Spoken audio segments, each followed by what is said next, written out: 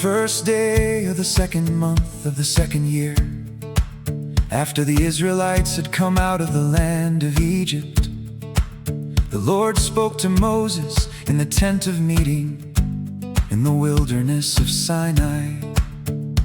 He said, "Take a census of the whole congregation of Israel by their clans and families, listing every man by name, one by one. You and Aaron are to number those who are 20 years of age or older by their divisions, everyone who can serve in Israel's army. And one man from each tribe, the head of each family, must be there with you. These are the names of the men who are to assist you. From the tribe of Reuben, Elizur, son of Shedeur. From Simeon, Shelumiel, son of Zurishaddai. From Judah, Nahshon, son of Amminadab. From Issachar, Nethanel, son of Zuar. From Zebulun, Eliab, son of Helon. From the sons of Joseph, from Ephraim, Elishama, son of Ammihud. And from Manasseh, Gamaliel, son of Pedazur. From Benjamin, Abidan, son of Gideoni. From Dan, Aiezer, son of Ammishaddai. From Asher, Pagiel, son of Okran. From Gad, Eliasaph, son of Dio. And from Naphtali, Ahira, son of Enan. These men were appointed from the congregation. They were the leaders of the tribes of their fathers, the heads of the clans of Israel. So Moses and Aaron took these men who had been designated by name, and on the first day of the second month they assembled the whole congregation and recorded their ancestry by clans and families, counting one by one the names of those 20 years of age or older, just as the Lord had commanded Moses. So Moses numbered them in the wilderness of Sinai. From the sons of Reuben, the firstborn of Israel, according to the records of their clans and families, counting one by one the names of every male 20 years of age or older who could serve in the army. Those registered to the tribe of Reuben numbered 46,500. From the sons of Simeon, according to the records of their clans and families, counting one by one the names of every male 20 years of age or older who could serve in the army. Those registered to the tribe of Simeon numbered 59,300.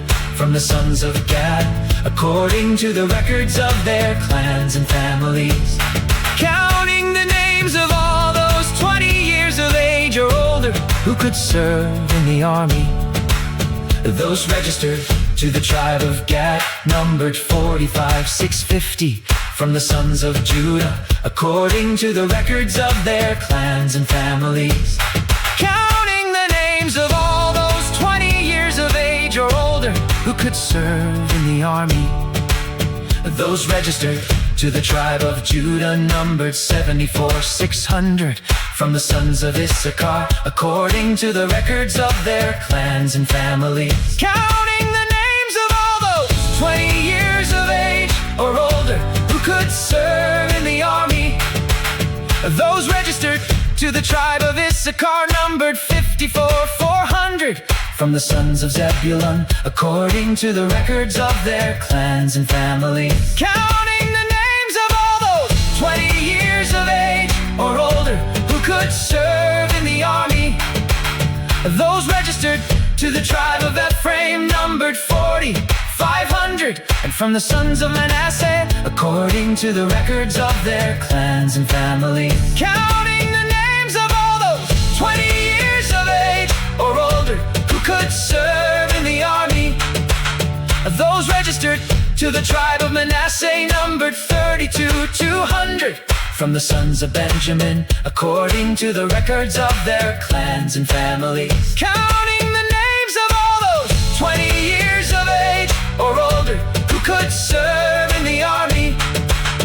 Those registered to the tribe of Benjamin numbered 35,400 from the sons of Dan, according to the records of their clans and families. Counting the names of all those 20 years of age or older who could serve in the army. Those registered to the tribe of Dan numbered 62,700 from the sons of Asher, according to the records of their clans and families. Counting the names of all those 20 years of age or older who could serve in the army. Those registered to the tribe of Asher numbered 41,500 from the sons of Naphtali, according to the records of their clans and families. Counting the names of all those 20 years of age or older who could serve in the army. Those registered to the tribe of Naphtali numbered 53,400. These were the men numbered by Moses and Aaron, with the assistance of the 12 leaders of Israel, each one representing his family. So all the Israelites 20 years of age or older who could serve in Israel's army were counted according to their families. And all those counted totaled 603,550. The Levites, however, were not numbered along with them by the tribe of their fathers. For the Lord had said to Moses, "Do not number the tribe of Levi in the census with the other Israelites. Instead, you are to appoint the Levites over the tabernacle of the testimony, all its furnishings, and everything in it. They shall carry the tabernacle and all its articles, care for it, and camp around it. Whenever the tabernacle is to move, the Levites are to take it down. And whenever it is to be pitched, the Levites are to set it up. Any outsider who goes near it must be put to death. The Israelites are to camp by their divisions, each man in his own camp and under his own standard. But the Levites are to camp around the tabernacle of the testimony and watch over it, so that no wrath will fall on the congregation of Israel. So the Levites are responsible for the tabernacle of the testimony. Thus the Israelites did everything just as the Lord had commanded Moses.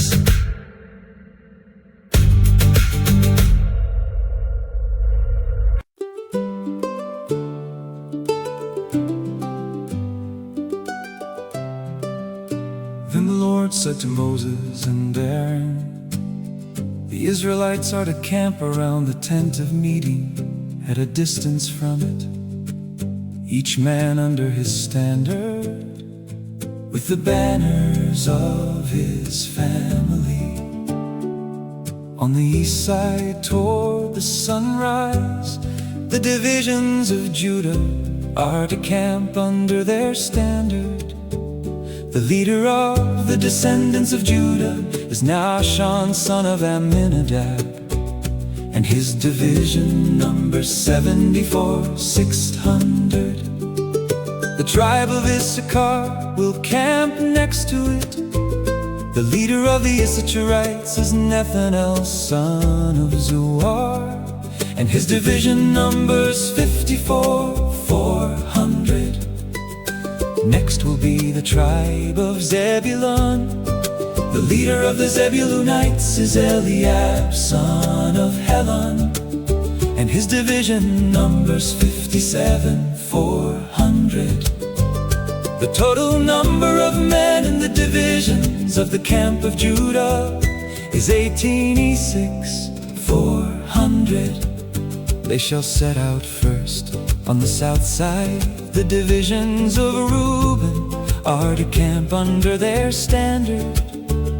The leader of the Reubenites is Elizur, son of Shedior, and his division numbers 46,500. The tribe of Simeon will camp next to it. The leader of the Simeonites is Shelumiel, son of Zurishaddai, and his division numbers 59,300. Next will be the tribe of Gad. The leader of the Gadites is Eliasaph, son of Juel, and his division numbers 45,650. The total number of men in the divisions of the camp of Reuben is 151,450. They shall set out second in the middle of the camps. The tent of meeting is to travel with the camp of the Levites. They are to set out in the order they encamped, each in his own place, under his standard.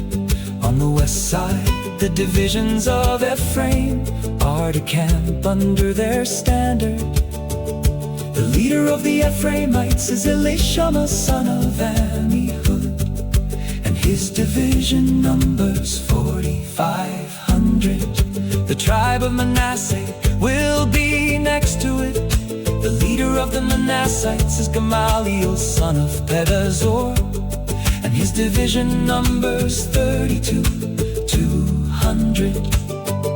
Next will be the tribe of Benjamin. The leader of the Benjamites is Abidan, son of Gideoni, and his division numbers 35,400. The total number of men in the divisions of the camp of Ephraim is 108,100. They shall set out third on the north side. The divisions of Dan are to camp under their standard. The leader of the Danites is Ahiezer, son of Ammishaddai, and his division numbers 62,700. The tribe of Asher will camp next to it. The leader of the Asherites is Pagiel, son of Okran, and his division numbers 41,500. Next will be the tribe of Naphtali. The leader of the Naphtalites is Ahira, son of Anan, and his division numbers 53,400. The total number of men in the camp of Dan is 157,600. They shall set out last under their standards. These are the Israelites, numbered according to their families. The total of those counted in the camps by their divisions was 603,550. But the Levites were not counted among the other Israelites, as the Lord had commanded Moses. So the Israelites did everything the Lord commanded Moses. They camped under their standards in this way, and set out in the same way, each man with his clan and his family.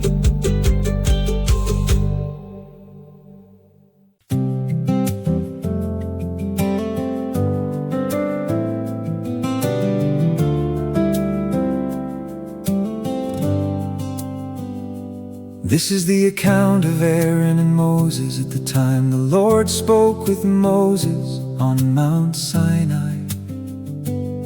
These are the names of the sons of Aaron: Nadab the firstborn, then Abihu, Eleazar, and Ithamar. These were Aaron's sons, the anointed priests, who were ordained to serve as priests. Nadab and Abihu, however, died in the presence of the Lord when they offered unauthorized fire before the Lord in the wilderness of Sinai. And since they had no sons, only Eleazar and Ithamar served as priests during the lifetime of their father Aaron.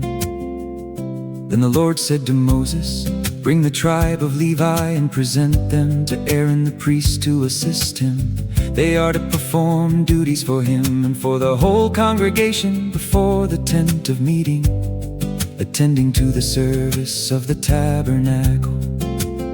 They shall take care of all the furnishings of the tent of meeting and fulfill obligations for the Israelites by attending to the service of the tabernacle. Assign the Levites to Aaron and his sons. They have been given exclusively to him from among the Israelites. So you shall appoint Aaron and his sons to carry out the duties of the priesthood. But any outsider who approaches the tabernacle must be put to death. Again, the Lord spoke to Moses, saying, Behold, I have taken the Levites from among the children of Israel in place of every firstborn Israelite from the womb. The Levites belong to me, for all the firstborn are mine. On the day I struck down every firstborn in the land of Egypt, I consecrated to myself all the firstborn in Israel, both man and beast, they are mine. I am the Lord. Then the Lord spoke to Moses in the wilderness of Sinai, saying, Number the Levites by their families and clans. You are to count every male a month old or more. So Moses numbered them according to the word of the Lord as he had been commanded. These were the sons of Levi by name, Gershon, Kohath, and Merari. These were the names of the sons of Gershon by their clans, Libni and Shimei. The sons of Kohath by their clans were Amram, Izhar, Hebron, and Uzziel. And the sons of Merari by their clans were Mahli and Mushi. These were the clans of the Levites according to their families. From Gershon came the Libnite clan and the Shimite clan. These were the Gershonite clans. The number of all the males a month old or more was 7,500. The Gershonite clans were to camp on the west behind the tabernacle. And the leader of the families of the Gershonites was Eliasaph, son of Lael. The duties of the Gershonites at the tent of meeting were the tabernacle and tent, its covering, the curtain for the entrance to the tent of meeting, the curtains of the courtyard, the curtain for the entrance to the courtyard that surrounds the tabernacle and altar, and the cords, all the service for these items. From Kohath came the clans of the Amramites, the Israelites, the Hebronites, and the Uzzielites. These were the clans of the Kohathites. The number of all the males a month old or more was 8,600. They were responsible for the duties of the sanctuary. The clans of the Kohathites were to camp on the south side of the tabernacle. And the leader of the families of the Kohathites was Elizaphan, son of Uzziel. Their duties were the ark, the table, the lampstand, the altars, the articles of the sanctuary used with them, and the curtain, all the service for these items. The chief of the leaders of the Levites was Eleazar, son of Aaron the priest. He oversaw those responsible for the duties of the sanctuary. From Merari came the clans of the Mahlites and Mushites. These were the Merarite clans. The number of all the males a month old or more was 6,200. The leader of the families of the Merarites was Uriel, son of Abihail. They were to camp on the north side of the tabernacle. The duties assigned to the sons of Merari were the tabernacle's frames, crossbars, post bases, and all its equipment, all the service for these items, as well as the posts of the surrounding courtyard with their bases, tent pegs, and ropes. Moses, Aaron, and Aaron's sons were to camp to the east of the tabernacle, toward the sunrise, before the tent of meeting. They were to perform the duties of the sanctuary as a service on behalf of the Israelites. But any outsider who approached the sanctuary was to be put to death. The total number of Levites that Moses and Aaron counted by their clans at the Lord's command, including all the males a month old or more, was 22,000. Then the Lord said to Moses, number every firstborn male of the Israelites a month old or more, and list their names. You ought to take the Levites from me, I am the Lord, in place of all the firstborn of Israel, and the livestock of the Levites in place of all the firstborn of the livestock of the Israelites. So Moses numbered all the firstborn of the Israelites, as the Lord had commanded him. The total number of the firstborn males a month old or more, listed by name, was 22,273. Again the Lord spoke to Moses, saying, take the Levites in place of all the firstborn of Israel, and the livestock of the Levites in place of the livestock. The Levites belong to me, I am the Lord, to redeem the 27,300 firstborn Israelites who outnumber the Levites. You ought to collect 5 shekels for each one, according to the sanctuary shekel of 20 gerahs. Give the money to Aaron and his sons as the redemption price for the excess among the Israelites. So Moses collected the redemption money from those in excess of the number redeemed by the Levites. He collected the money from the firstborn of the Israelites, 1,365 shekels, according to the sanctuary shekel. And Moses gave the redemption money to Aaron and his sons in obedience to the word of the Lord, just as the Lord had commanded him.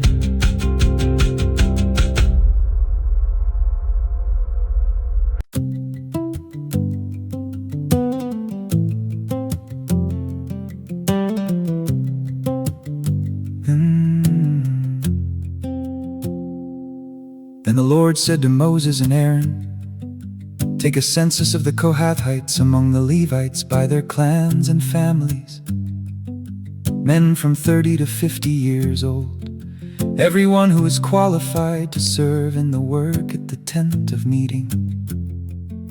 The service of the Kohathites at the tent of meeting regards the most holy things. Whenever the camp sets out, Aaron and his sons are to go in, take down the veil of the curtain and cover the ark of the testimony with it. They are to place over this a covering of fine leather, spread a solid blue cloth over it and insert its poles. Over the table of the presence they are to spread a blue cloth and place the plates and cups on it, along with the bowls and pitchers for the drink offering. The regular bread offering is to remain on it. And they shall spread a scarlet cloth over them, cover them with fine leather, and insert the poles. They are to take a blue cloth and cover the lampstand used for light, together with its lamps, wick trimmers and trays, as well as the jars of oil with which to supply it.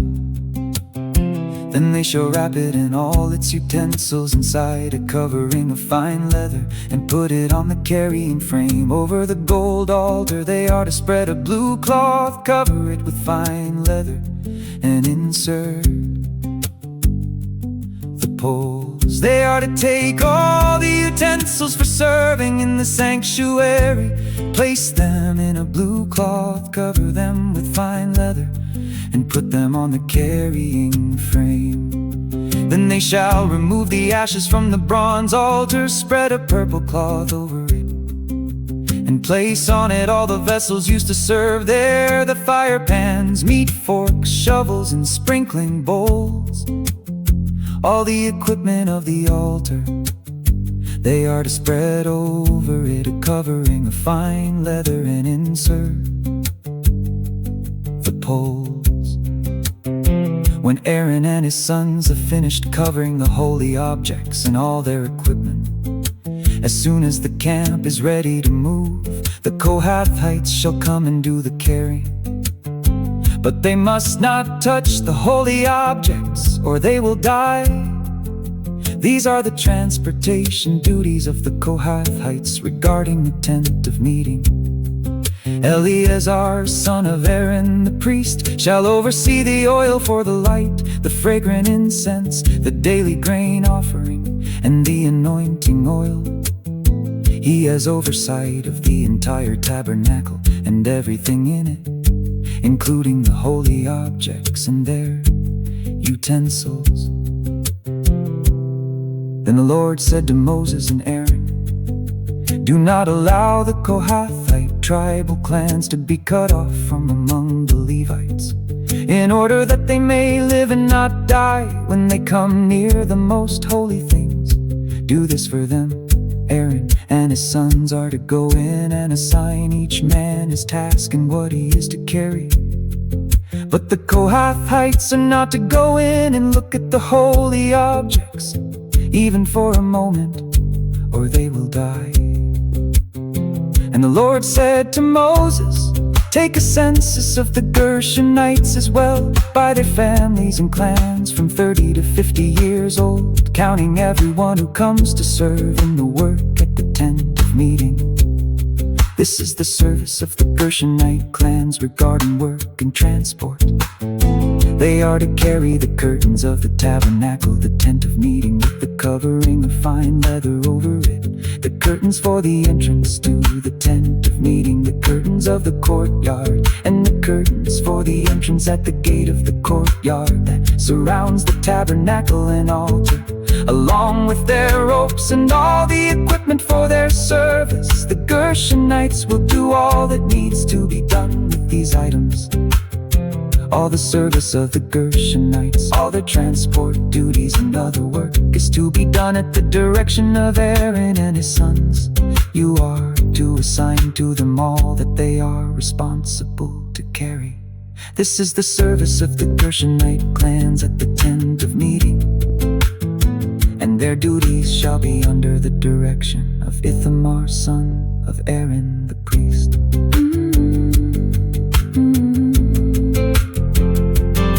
As for the sons of Merari, you are to number them by their clans and families, from 30 to 50 years old, counting everyone who comes to serve in the work of the tent of meeting.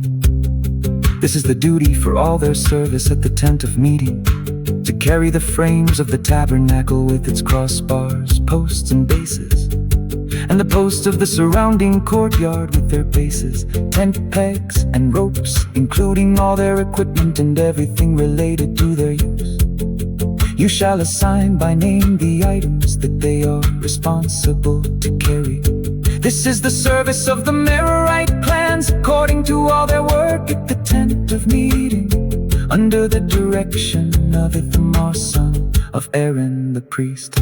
So Moses, Aaron, and the leaders of the congregation numbered the Kohathites by their clans and families, everyone from 30 to 50 years old who came to serve in the work at the tent of meeting.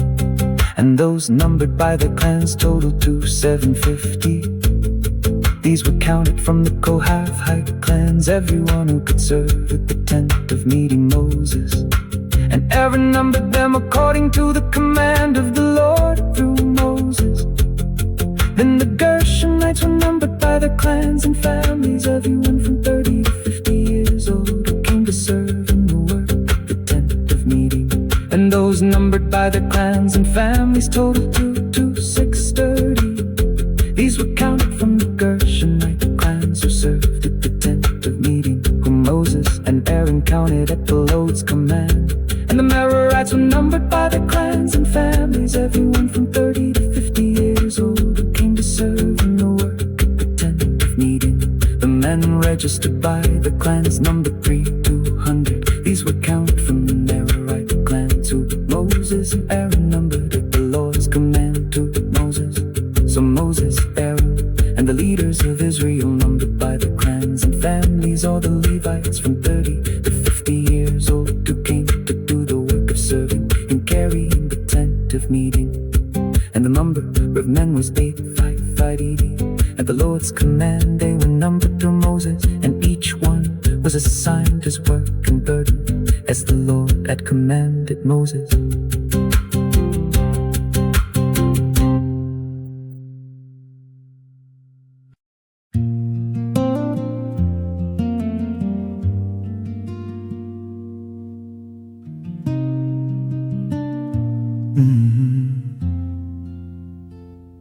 And the Lord said to Moses, "Command the Israelites to send away from the camp anyone with a skin disease, anyone who has a bodily discharge, and anyone who is defiled by a dead body. You must send away male and female alike. Send them outside the camp, so they will not defile their camp, where I dwell among them." So the Israelites did this, sending such people outside the camp. They did just as the Lord had instructed Moses.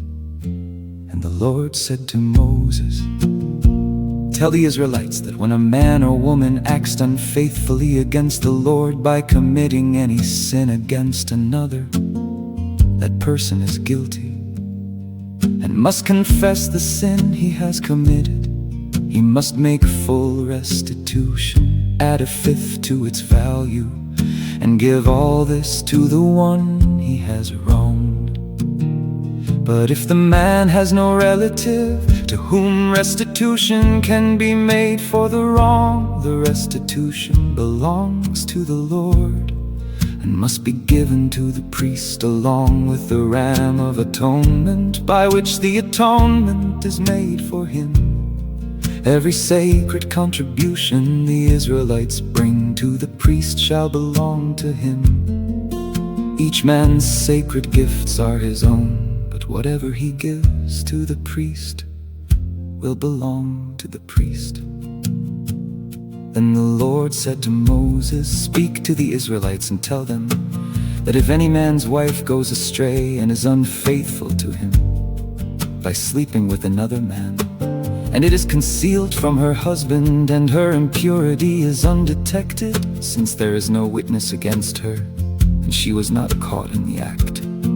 And if a feeling of jealousy comes over her husband, and he suspects his wife who has defiled herself, or if a feeling of jealousy comes over him and he suspects her, even though she has not defiled herself, then he is to bring his wife to the priest. He must also bring for her an offering of 1/10 of an ephah of barley flour. He is not to pour oil over it or put frankincense on it, because it is a grain offering for jealousy, an offering of memorial as a reminder of iniquity. The priest is to bring the wife forward and have her stand before the Lord. Then he is to take some holy water in a clay jar and put some of the dust from the tabernacle floor into the water. After the priest has the woman stand before the Lord, he is to let down her hair and place in her hands the grain offering of memorial, which is the grain offering for jealousy. The priest is to hold the bitter water that brings a curse, and he is to put the woman under oath and say to her, "If no other man has slept with you, and you have not gone astray and become defiled while under your husband's authority, may you be immune to this bitter water that brings a curse. But if you have gone astray while under your husband's authority, and have defiled yourself and lain carnally with a man other than your husband, and the priest shall have the woman swear under the oath of the curse, then may the Lord make you an attested curse among your people by making your thigh shrivel and your belly swell. May this water that brings a curse enter your stomach and cause your belly to swell and your thigh to shrivel." Then the woman is to say, "Amen, amen."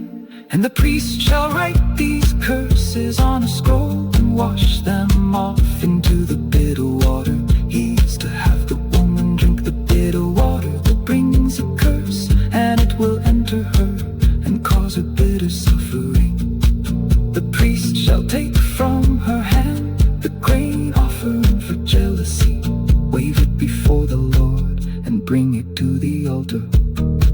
Then the priest is to take a handful of the grain offering as a memorial portion and burn it on the altar.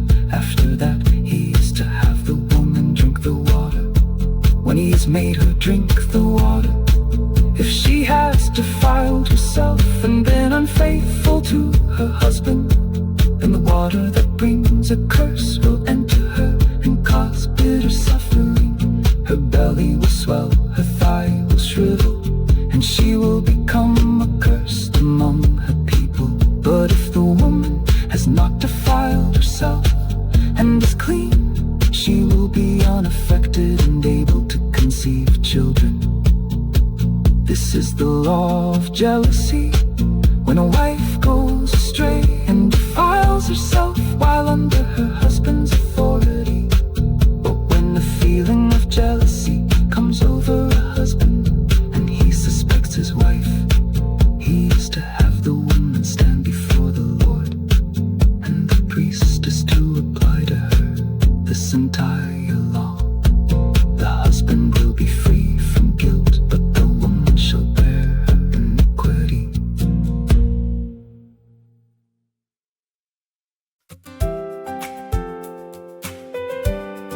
And the Lord said to Moses, "Speak to the Israelites, and tell them that if a man or woman makes a special vow, the vow of a Nazarite, to separate himself to the Lord, he is to abstain from wine and strong drink. He must not drink vinegar made from wine or strong drink. And he must not drink any grape juice, or eat fresh grapes or raisins. All the days of his separation, he is not to eat anything that comes from the grapevine, not even the seeds or skins. For the entire period of his vow of separation, no razor shall pass over his head. He must be holy until the time of his separation to the Lord is complete. He must let the hair of his head grow long throughout the days of his separation to the Lord. He must not go near a dead body, even if his father or mother or brother or sister should die. He is not to defile himself, because the crown of consecration to his God is upon his head. Throughout the time of his separation, he is holy to the Lord. If someone suddenly dies in his presence and defiles his consecrated head of hair, he must shave his head on the day of his cleansing, the 7th day. On the 8th day, he must bring 2 turtle doves or 2 young pigeons to the priest at the entrance to the tent of meeting. And the priest is to offer one as a sin offering and the other as a burnt offering, to make atonement for him, because he has sinned by being in the presence of the dead body. On that day he must consecrate his head again. He must rededicate his time of separation to the Lord, and bring a year-old male lamb as a guilt offering. But the preceding days shall not be counted, because his separation was defiled. Now this is the law of the Nazarite. When his time of separation is complete, he must be brought to the entrance to the tent of meeting, and he is to present an offering to the Lord of an unblemished year-old male lamb as a burnt offering, an unblemished year-old female lamb as a sin offering, and an unblemished ram as a peace offering, together with their grain offerings and drink offerings, and a basket of unleavened cakes made from fine flour mixed with oil, and unleavened wafers coated with oil. The priest is to present all these before the Lord and make the sin offering and the burnt offering. He shall also offer the ram as a peace offering to the Lord, along with the basket of unleavened bread. And the priest is to offer the accompanying grain offering and drink offering. Then at the entrance to the tent of meeting, the Nazarite is to shave his consecrated head, take the hair and put it on the fire under the peace offering. And the priest is to take the boiled shoulder from the ram, 1 unleavened cake from the basket and 1 unleavened wafer, and put them into the hands of the Nazarite who has just shaved the hair of his consecration. The priest shall then wave them as a wave offering before the Lord. This is a holy portion for the priest, in addition to the breast of the wave offering and the thigh that was presented. After that, the Nazarite may drink wine. This is the law of the Nazarite who vows his offering to the Lord for his separation.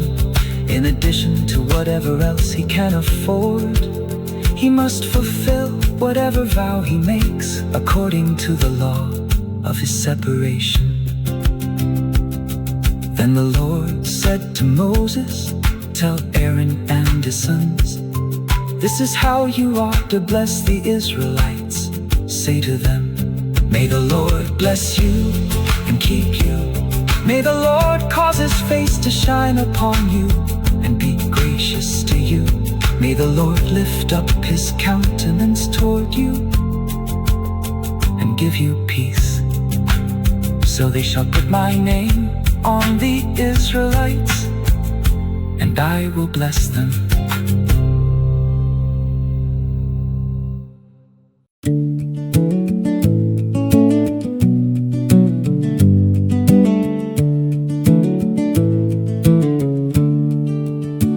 On the day Moses finished setting up the tabernacle, he anointed and consecrated it and all its furnishings, along with the altar and all its utensils. And the leaders of Israel, the heads of their families, presented an offering. These men were the tribal leaders who had supervised the registration. They brought as their offering before the Lord 6 covered carts and 12 oxen, an ox from each leader and a cart from every 2 leaders, and presented them before the tabernacle. And the Lord said to Moses, "Accept these gifts from them, that they may be used in the work of the tent of meeting, and give them to the Levites, to each man according to his service." So Moses took the carts and oxen and gave them to the Levites. He gave the Gershonites 2 carts and 4 oxen as their service required. And he gave the Merarites 4 carts and 8 oxen as their service required, all under the direction of Ithamar, son of Aaron the priest. But he did not give any to the Kohathites, since they were to carry on their shoulders the holy objects for which they were responsible. When the altar was anointed, the leaders approached with their offerings for its dedication and presented them before the altar. And the Lord said to Moses, "Each day 1 leader is to present his offering for the dedication of the altar." On the first day, Nahshon, son of Amminadab, from the tribe of Judah, drew near with his offering. His offering was 1 silver platter weighing 130 shekels, and 1 silver bowl weighing 70 shekels, both according to the sanctuary shekel, and filled with fine flour mixed with oil for a grain offering. 1 gold dish weighing 10 shekels, filled with incense. 1 young bull, 1 ram, and 1 male lamb, a year old, for a burnt offering. 1 male goat for a sin offering, and a peace offering of 2 oxen, 5 rams, 5 male goats, and 5 male lambs, a year old. This was the offering of Nahshon, son of Amminadab. On the second day, Nethanel, son of Zuar, the leader of Issachar, drew near. The offering he presented was 1 silver platter weighing 130 shekels, and 1 silver bowl weighing 70 shekels, both according to the sanctuary shekel, and filled with fine flour mixed with oil for a grain offering. 1 gold dish weighing 10 shekels, filled with incense. 1 young bull, 1 ram, and 1 male lamb, a year old, for a burnt offering. one male goat for a sin offering, and a peace offering of 2 oxen, 5 rams, 5 male goats, and 5 male lambs a year old. This was the offering of Nethanel, son of Zuar. On the 3rd day, Eliab, son of Helon, the leader of the Zebulunites, drew near. His offering was 1 silver platter weighing 130 shekels, and 1 silver bowl weighing 70 shekels, both according to the sanctuary shekel, and filled with fine flour mixed with oil for a grain offering. 1 gold dish weighing 10 shekels, filled with incense, 1 young bull, 1 ram, and 1 male lamb a year old for a burnt offering, 1 male goat for a sin offering, and a peace offering of 2 oxen, 5 rams, 5 male goats, and 5 male lambs a year old. This was the offering of Eliab, son of Helon. On the 4th day, Eliezer, son of Shedder, the leader of the Reubenites, drew near.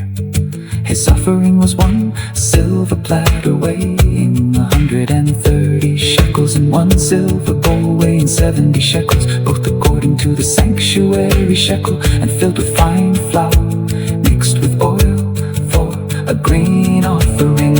1 gold dish weighing 10 shekels, filled with incense, 1 young bull, 1 ram, and 1 male lamb a year old for a burnt offering, 1 male goat for a sin offering, and a peace offering of 2 oxen, 5 rams, 5 male goats, and 5 male lambs a year old. This was the offering of Shelumiel, son of Zurishaddai.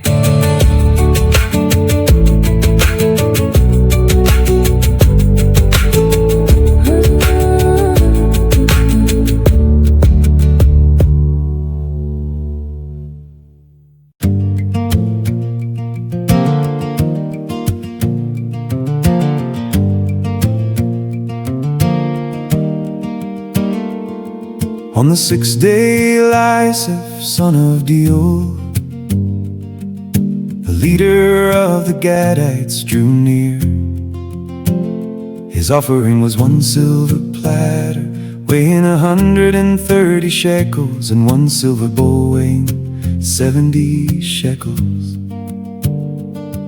both according to the sanctuary shekel, and filled with fine flour mixed with oil for a grain offering.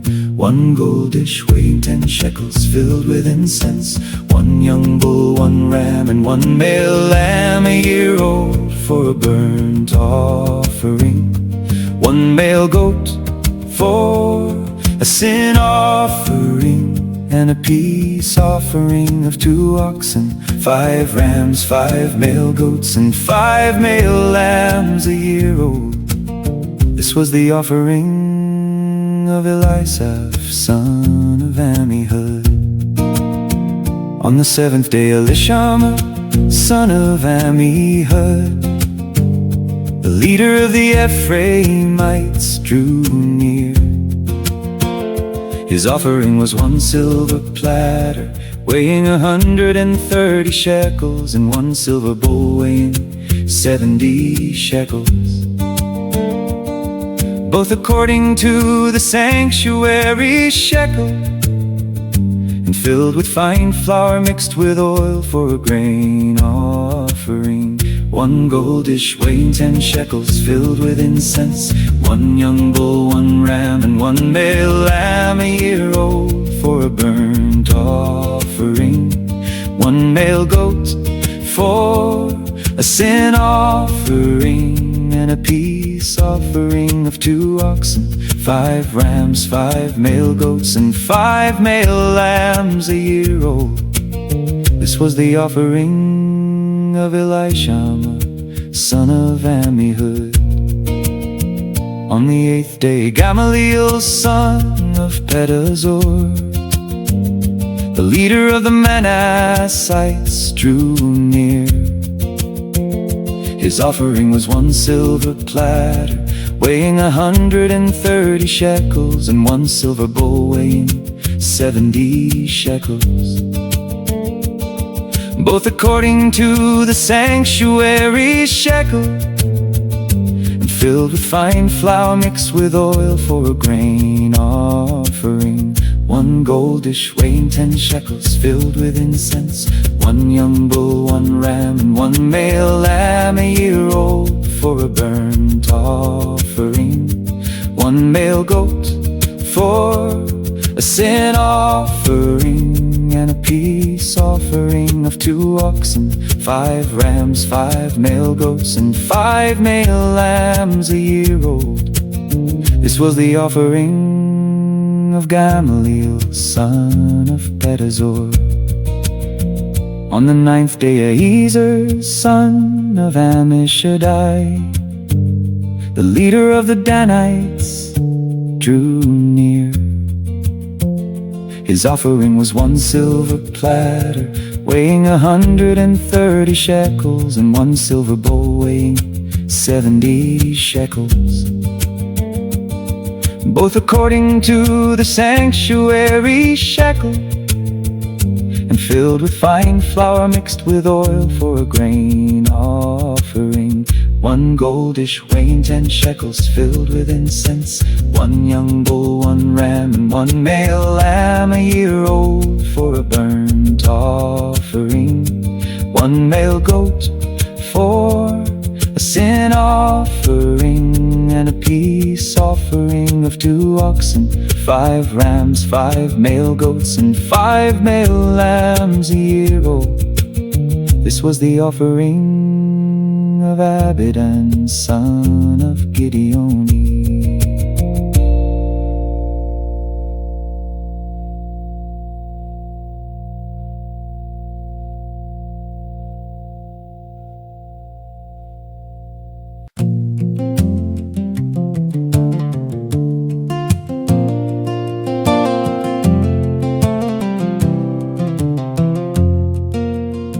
On the 11th day, Pagiel, son of Ocran, the leader of the Asherites, drew near. His offering was 1 silver platter weighing 130 shekels, and 1 silver bowl weighing 70 shekels, both according to the sanctuary shekel, and filled with fine flour mixed with oil for a grain offering. 1 gold dish weighing 10 shekels, filled with incense. 1 young bull, 1 ram, and 1 male lamb, a year old, for a burnt offering. 1 male goat for a sin offering, and a peace offering of 2 oxen, 5 rams, 5 male goats, and 5 male lambs, a year old. This was the offering of Pagiel, son of Ocran. On the 12th day, Ahira, son of Enan, the leader of the Naphtalites, drew near. His offering was 1 silver platter weighing 130 shekels, and 1 silver bowl weighing 70 shekels, both according to the sanctuary shekel, and filled with fine flour mixed with oil for a grain offering. 1 gold dish weighing 10 shekels, filled with incense. 1 young bull, 1 ram, and 1 male lamb, a year old, for a burnt offering. 1 male goat for a sin offering, and a peace offering of 2 oxen, 5 rams, 5 male goats, and 5 male lambs, a year old. This was the offering of Ahira, son of Enan. So these were the offerings from the leaders of Israel for the dedication of the altar when it was anointed. 12 silver platters, 12 silver bowls, and 12 gold dishes. Each silver platter weighed 130 shekels, and each silver bowl 70 shekels. The total weight of the silver articles was 2,400 shekels, according to the sanctuary shekel. The 12 gold dishes filled with incense weighed 10 shekels, each according to the sanctuary shekel. The total weight of the gold dishes was 120 shekels. All the livestock for the burnt offering totaled 12 bulls, 12 rams, and 12 male lambs a year old, together with their grain offerings, and 12 male goats for the sin offering.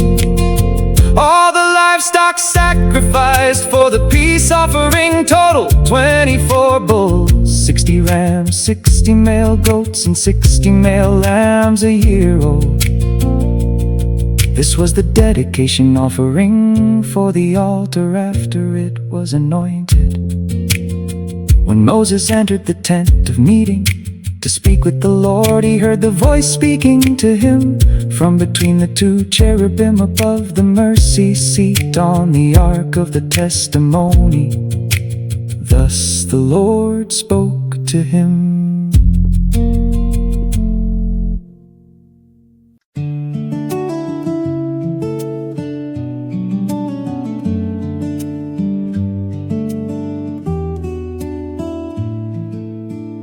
Then the Lord said to Moses, "Speak to Aaron and tell him, when you set up the 7 lamps, they are to light the area in front of the lampstand." And Aaron did so. He set up the lamps facing toward the front of the lampstand, just as the Lord had commanded Moses. This is how the lampstand was constructed. It was made of hammered gold from its base to its blossoms, fashioned according to the pattern the Lord had shown Moses. Again the Lord spoke to Moses, saying, "Take the Levites from among the Israelites and make them ceremonially clean.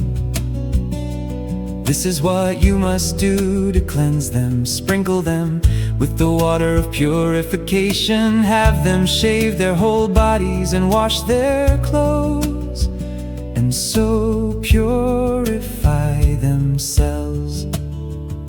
Then have them take a young bull with its grain offering of fine flour mixed with oil.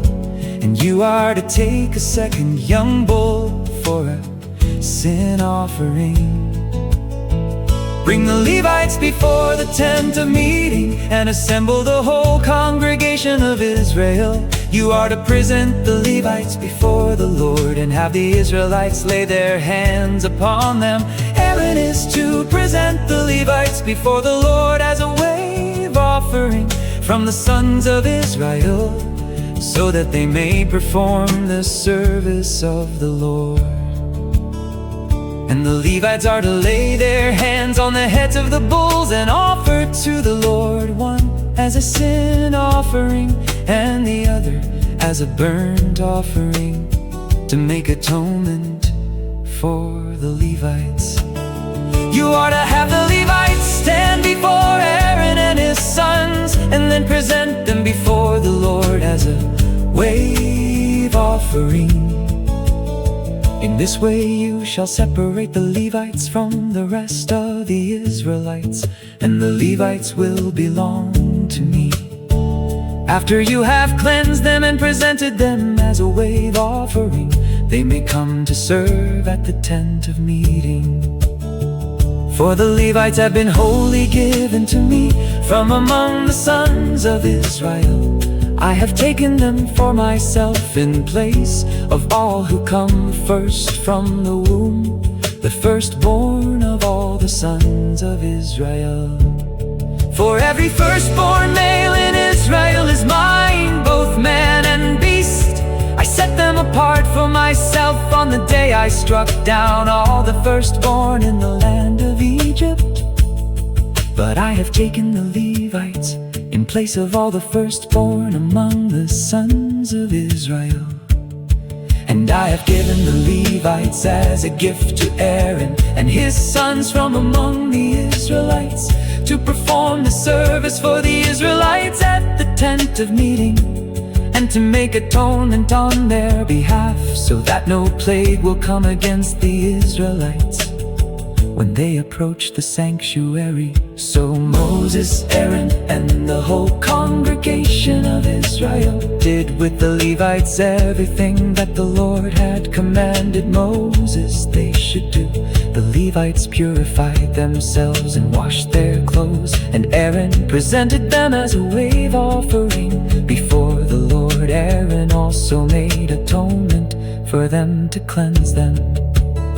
After that, the Levites came to perform their service at the tent of meeting in the presence of Aaron and his sons.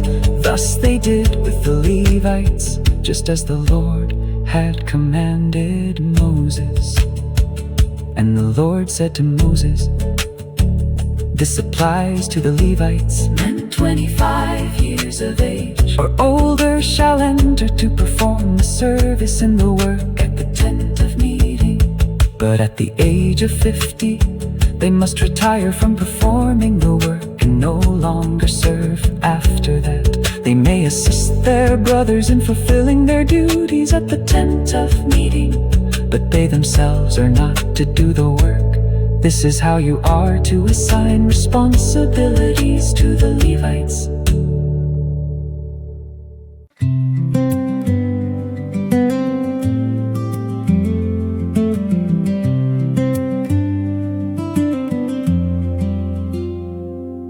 In the first month of the second year after Israel had come out of the land of Egypt, the Lord spoke to Moses in the wilderness of Sinai.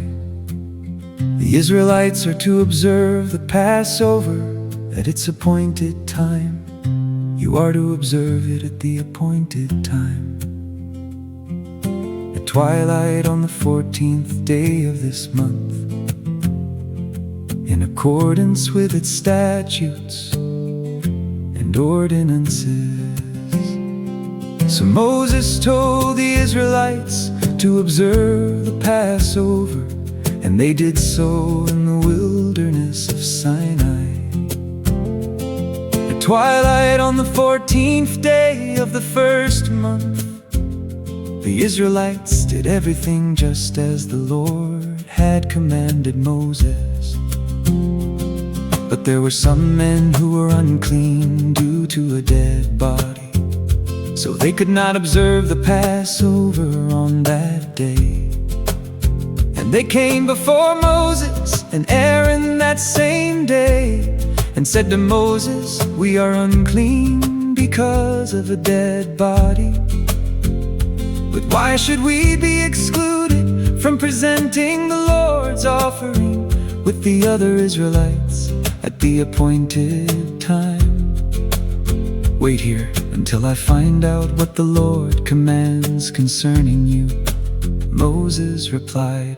Then the Lord said to Moses, "Tell the Israelites, when any one of you or your descendants is unclean because of a dead body, or is away on a journey, he may still observe the Passover to the Lord.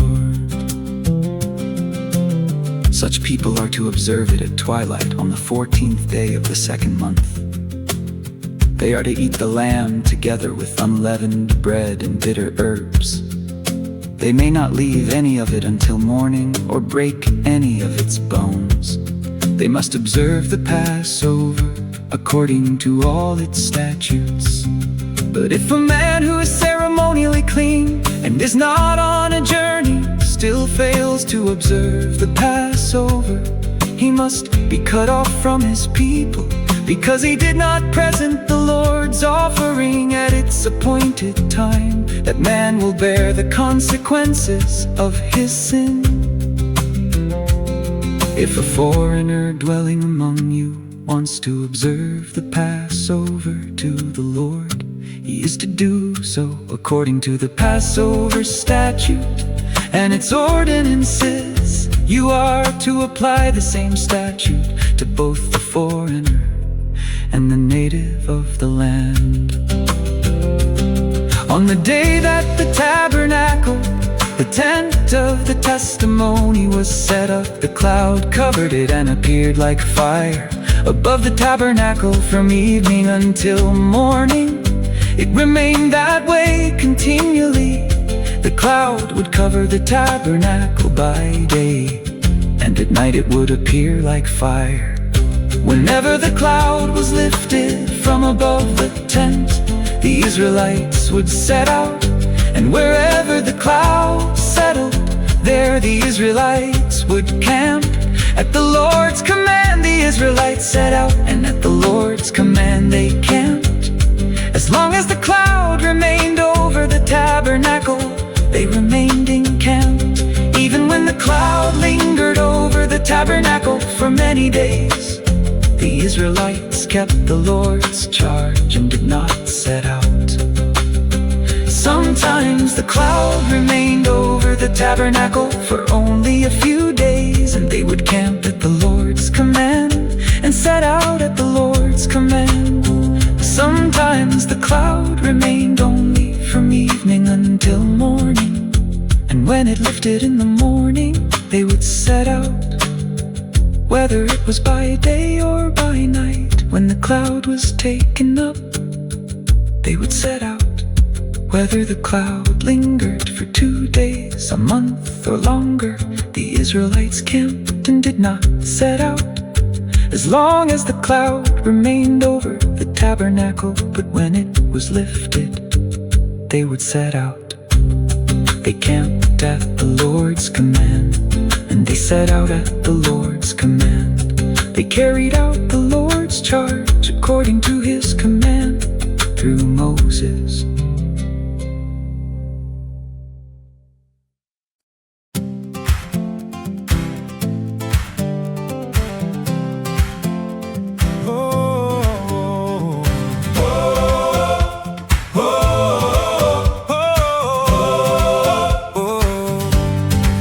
Then the Lord said to Moses, "Make 2 trumpets of hammered silver to be used for calling the congregation and for having the camp set out.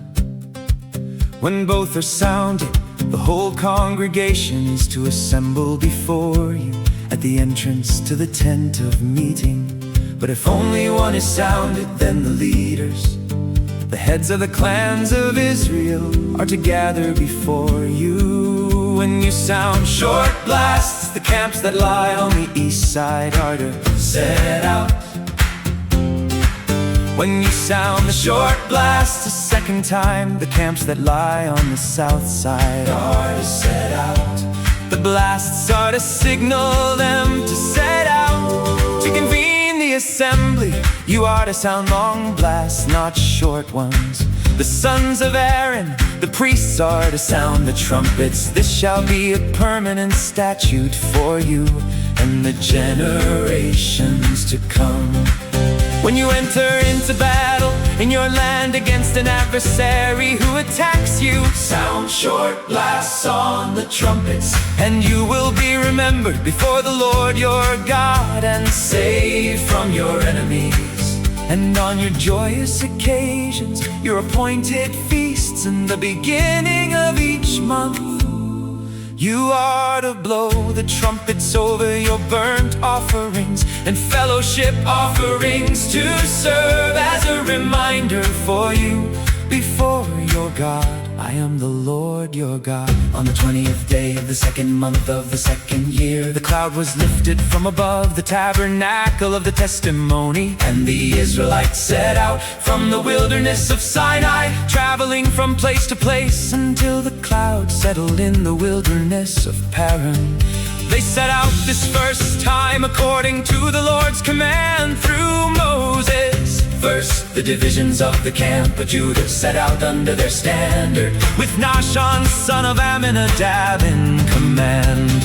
Nethanel son of Zuar was over the division of the tribe of Issachar, and Eliab son of Helon was over the division of the tribe of Zebulun. Then the tabernacle was taken down, and the Gershonites and the Merarites set out, transporting it. Then the divisions of the camp of Reuben set out under their standard, with Eliezer son of Shedder in command. Shelumiel son of Zurishaddai was over the division of the tribe of Simeon, and Eliasaph son of Dewel was over the division of the tribe of Gad. Then the Kohathites set out, transporting the holy object, which tabernacle was to be set up before their arrival. Next, the divisions of the camp of Ephraim set out under their standard, with Elishama son of Ammihud in command. Gamaliel son of Pedazur was over the division of the tribe of Manasseh, and Abidan son of Gideoni was over the division of the tribe of Benjamin. Finally, the divisions of the camp of Dan set out under their standard, serving as the rear guard for all units, with Ahiezer son of Ammishaddai in command. Pagiel son of Okran was over the division of the tribe of Asher, and Ahira son of Enan was over the division of the tribe of Naphtali.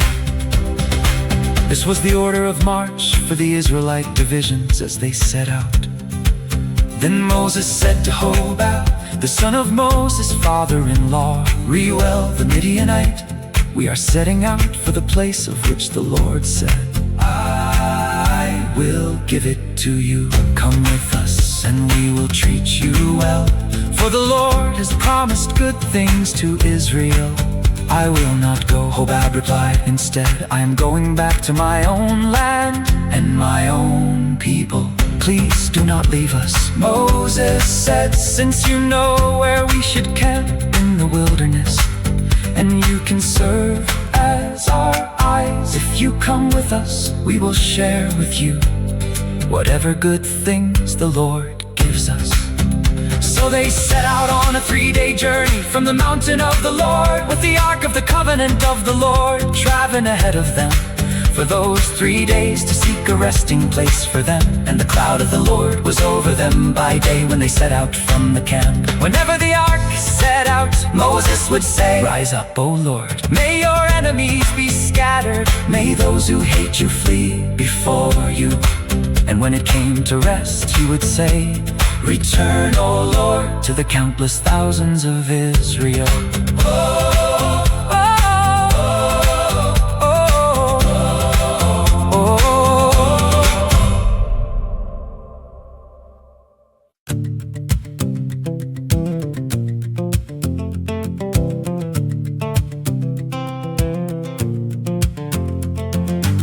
Soon the people began to complain about their hardship in the hearing of the Lord. And when he heard them, his anger was kindled, and fire from the Lord blazed among them, and consumed the outskirts of the camp. And the people cried out to Moses, and he prayed to the Lord, and the fire died down. So that place was called Taberah, because the fire of the Lord had burned among them. Meanwhile, the rabble among them had a strong craving for other food. And again the Israelites wept and said, who will feed us meat? We remember the fish we ate freely in Egypt, along with the cucumbers, melons, leeks, onions, and garlic. But now our appetite is gone, there is nothing to see but this manna. Now the manna resembled coriander seed, and its appearance was like that of gum resin.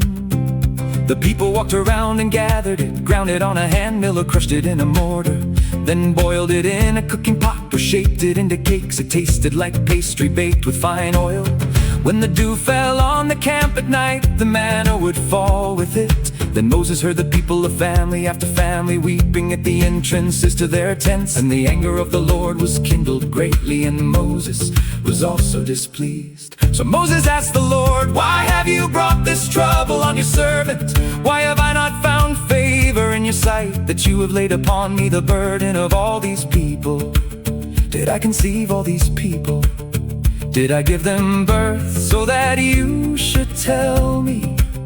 Carry them in your bosom, as a nurse carries an infant, to the land that you swore to give their fathers. Where can I get meat for all these people? For they keep crying out to me, give us meat to eat. I cannot carry all these people by myself, it is too burdensome for me. If this is how you are going to treat me, please kill me right now, if I have found favor in your eyes, and let me not see my own wretchedness. Then the Lord said to Moses, "Bring me 70 of the elders of Israel, known to you as leaders and officers of the people. Bring them to the tent of meeting and have them stand there with you. And I will come down and speak with you there. And I will take some of the Spirit that is on you and put that Spirit on them. They will help you bear the burden of the people, so that you do not have to bear it by yourself. And say to the people, consecrate yourselves for tomorrow, and you will eat meat, because you have cried out in the hearing of the Lord, saying, who will feed us meat?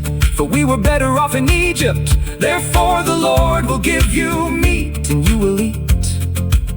You will eat it not for 1 or 2 days, nor for 5 or 10 or 20 days, but for a whole month, until it comes out of your nostrils and makes you nauseous, because you have rejected the Lord who is among you, and have cried out before him, saying, why did we ever leave Egypt?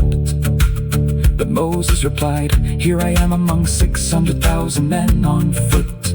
Yet you say, I will give them meat, and they will eat for a month. If all our flocks and herds were slaughtered for them, would they have enough? Or if all the fish in the sea were caught for them, would they have enough? The Lord answered Moses, is the Lord's arm too short? Now you will see whether or not my word will come to pass. So Moses went out and relayed to the people the words of the Lord. And he gathered 70 of the elders of the people and had them stand around the tent. Then the Lord came down in the cloud and spoke to him, and he took some of the Spirit that was on Moses and placed that Spirit on the 70 elders. As the Spirit rested on them, they prophesied, but they never did so again. 2 men, however, had remained in the camp, one named Eldad and the other Medad, and the Spirit rested on them. They were among those listed, but they had not gone out to the tent, and they prophesied in the camp. A young man ran and reported to Moses, Eldad and Medad are prophesying in the camp. Joshua, son of Nun, the attendant to Moses since youth, spoke up and said, Moses, my Lord, stop them. But Moses replied, are you jealous on my account? I wish that all the Lord's people were prophets, and that the Lord would place a Spirit on them. Then Moses returned to the camp, along with the elders of Israel. Now a wind sent by the Lord came up, drove in quail from the sea, and brought them near the camp, about 2 cubits above the surface of the ground, for a day's journey in every direction around the camp. All that day and night, and all the next day, the people stayed up gathering the quail. No one gathered less than 10 homers, and they spread them out all around the camp. But while the meat was still between their teeth before it was chewed, the anger of the Lord burned against the people, and the Lord struck them with a severe plague. So they called that place Kibroth Atava, because that they buried the people who had craved other food. From Kibroth Atava the people moved on to Hazereth, where they remained for some time.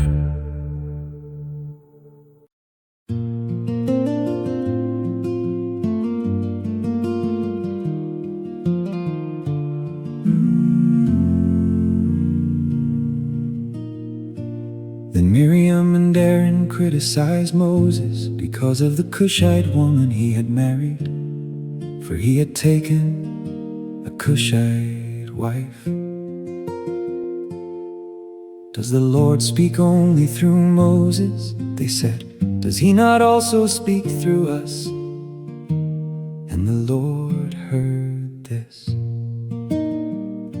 Now Moses was a very humble man, more so than any man on the face of the earth. And suddenly the Lord said to Moses, Aaron, and Miriam, you 3, come out to the tent of meeting. So the 3 went out, and the Lord came down in a pillar of cloud, stood at the entrance to the tent, and summoned Aaron and Miriam. When both of them had stepped forward, he said, hear now my words. If there is a prophet among you, I, the Lord, will reveal myself to him in a vision. I will speak to him in a dream. But this is not so with my servant Moses. He is faithful in all my house. I speak with him face to face, clearly and not in riddles. He sees the form of the Lord. Why then were you unafraid to speak against my servant Moses? So the anger of the Lord burned against them, and he departed as the cloud lifted from above the tent. Suddenly Miriam became leprous, white as snow. Aaron turned toward her, saw that she was leprous, and said to Moses, "My Lord, please do not hold against us this sin we have so foolishly committed. Please do not let her be like a stillborn infant whose flesh is half consumed when he comes out of his mother's womb." So Moses cried out to the Lord, "Oh God, please heal her." But the Lord answered Moses, "If her father had but spit in her face, would she not have been in disgrace for 7 days? Let her be confined outside the camp for 7 days. After that she may be brought back in." So Miriam was confined outside the camp for 7 days, and the people did not move on until she was brought in again. After that, the people set out from Hazeroth and camped in the wilderness of Paran.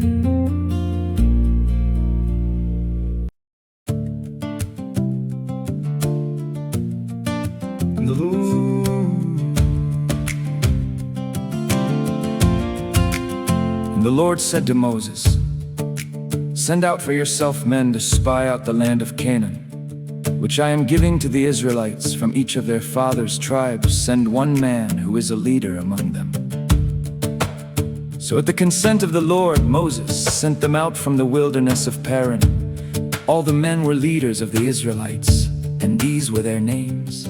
From the tribe of Reuben, Shammua son of Zechar. From the tribe of Simeon, Shaphat son of Hori. From the tribe of Judah, Caleb son of Jephunneh. From the tribe of Issachar, Eagle son of Joseph. From the tribe of Ephraim, Hoshea son of Nun. From the tribe of Benjamin, Palti son of Raphu. From the tribe of Zebulun, Gadil son of Sodi. From the tribe of Manasseh, Gadi son of Suzi. From the tribe of Dan, Ammiel son of Jamali. From the tribe of Asher, Sethur son of Michael. From the tribe of Naphtali, Nahbi son of Opsi. And from the tribe of Gad, Jewel son of Machi. These were the names of the men Moses sent to spy out the land. And Moses gave to Hoshea son of Nun the name Joshua. When Moses sent them to spy out the land of Canaan, he told them, "Go up through the Negev and into the hill country. See what the land is like, and whether its people are strong or weak, few or many. Is the land where they live good or bad? Are the cities where they dwell open camps or fortifications? Is the soil fertile or unproductive? Are there trees in it or not? Be courageous and bring back some of the fruit of the land." It was the season for the first ripe grapes, so they went up and spied out the land. From the wilderness of Zin as far as Rehob toward Lebo Hamath. They went up through the Negev and came to Hebron, where Ahiman, Sheshai, and Talmai, the descendants of Anak, dwelled. It had been built 7 years before Zon in Egypt. When they came to the valley of Eshcol, they cut down a branch with a single cluster of grapes, which they carried on a pole between 2 men. They also took some pomegranates and figs. Because of the cluster of grapes the Israelites cut there, that place was called the valley of Eshcol. After 40 days the men returned from spying out the land, and they went back to Moses, Aaron, and the whole congregation of Israel. In the wilderness of Paran at Kadesh, they brought back a report for the whole congregation and showed them the fruit of the land. And they gave this account to Moses: "We went into the land to which you sent us, and indeed It is flowing with milk and honey. Here is some of its fruit. Nevertheless, the people living in the land are strong, and the cities are large and fortified. We even saw the descendants of Anak there. The Amalekites live in the land of the Negev. The Hittites, Jebusites, and Amorites live in the hill country. And the Canaanites live by the sea and along the Jordan. Then Caleb quieted the people before Moses and said, "We must go up and take possession of the land, for we can certainly conquer it." But the men who had gone up with him replied, "We cannot go up against the people, for they are stronger than we are." So they gave the Israelites a bad report about the land that they had spied out. "The land we explored devours its inhabitants, and all the people we saw there are great in stature. We even saw the Nephilim there, the descendants of Anak that come from the Nephilim. We seem like grasshoppers in our own sight, and we must have seemed the same to them."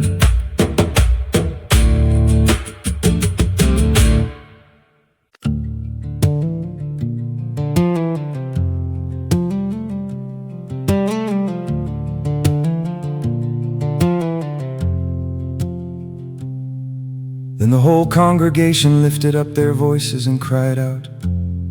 And that night the people wept. All the Israelites grumbled against Moses and Aaron. And the whole congregation said to them, "If only we had died in the land of Egypt, or if only we had died in this wilderness. Why is the Lord bringing us into this land to fall by the sword? Our wives and children will become plunder. Would it not be better for us to go back to Egypt?" So they said to one another, "Let us appoint a leader and return to Egypt." Then Moses and Aaron fell face down before the whole assembly of the congregation of Israel. Joshua son of Nun and Caleb son of Jephunneh, who were among those who had spied out the land, tore their clothes and said to the whole congregation of Israel, "The land we passed through and explored is an exceedingly good land. If the Lord delights in us, He will bring us into this land, the land flowing with milk and honey, and He will give it to us. Only do not rebel against the Lord, and do not be afraid of the people of the land, for they will be like bread for us. Their protection has been removed, and the Lord is with us. Do not be afraid of them." But the whole congregation threatened to stone Joshua and Caleb. Then the glory of the Lord appeared to all the Israelites at the tent of meeting. And the Lord said to Moses, "How long will this people treat me with contempt? How long will they refuse to believe in me, despite all the signs I have performed among them? I will strike them with the plague and destroy them, and I will make you into a nation greater and mightier than they are." But Moses said to the Lord, "The Egyptians will hear of it, for by your strength you brought this people from among them. And they will tell it to the inhabitants of this land. They have already heard that you, O Lord, are in the midst of this people. That you, O Lord, have been seen face to face, that your cloud stands over them, and that you go before them in a pillar of cloud by day and a pillar of fire by night. If you kill this people as one man, the nations who have heard of your fame will say, because the Lord was unable to bring this people into the land He swore to give them, He has slaughtered them in the wilderness. So now I pray, may the power of my Lord be magnified, just as you have declared. The Lord is slow to anger and abounding in love and devotion. forgiving iniquity and transgression. Yet he will by no means leave the guilty unpunished. He will visit the iniquity of the fathers upon their children, to the third and fourth generation. Pardon, I pray, the iniquity of this people, in keeping with the greatness of your loving devotion, just as you have forgiven them ever since they left Egypt. I have pardoned them as you requested. The Lord replied, yet as surely as I live, and as surely as the whole earth is filled with the glory of the Lord, not one of the men who have seen my glory and the signs I performed in Egypt and in the wilderness, yet have tested me and disobeyed me these 10 times, not one will ever see the land that I swore to give their fathers. None of those who have treated me with contempt will see it. But because my servant Caleb has a different spirit and has followed me wholeheartedly, I will bring him into the land he has entered, and his descendants will inherit it. Now since the Amalekites and Canaanites are living in the valleys, turn back tomorrow and head for the wilderness, along the route to the Red Sea. Then the Lord said to Moses and Aaron, how long will this wicked congregation grumble against me? I have heard the complaints that the Israelites are making against me. So tell them, as surely as I live, declares the Lord, I will do to you exactly as I heard you say. Your bodies will fall in this wilderness, all who were numbered in the census, everyone 20 years of age or older, because you have grumbled against me. Surely none of you will enter the land in which I swore to settle you, except Caleb son of Jephunneh and Joshua son of Nun. But I will bring your children, whom you said would become plunder, into the land you have rejected, and they will enjoy it. As for you, however, your bodies will fall in this wilderness.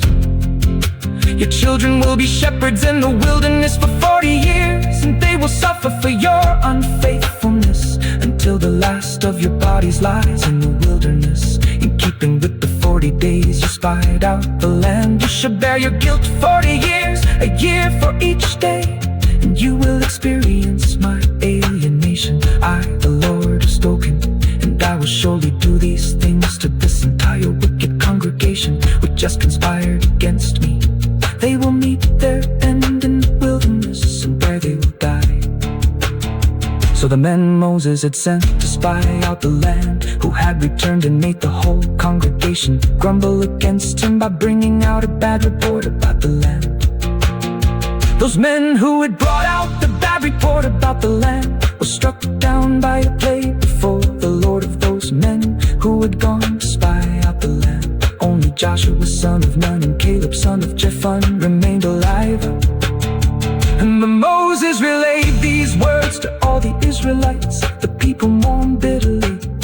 Early the next morning they got up and went up toward the ridge of the hill country. We have indeed sinned, they said, but we will go to the place the Lord has promised. But Moses said, why are you transgressing the commandment of the Lord? This will not succeed.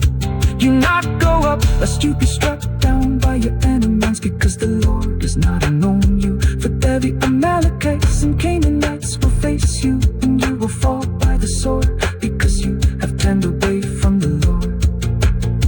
He will not be with you.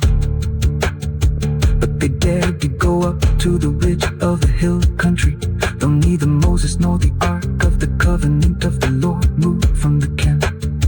Then the Amalekites and Canaanites who lived in the part of the hill country came down, attacked them, and routed them on the way to Hormah.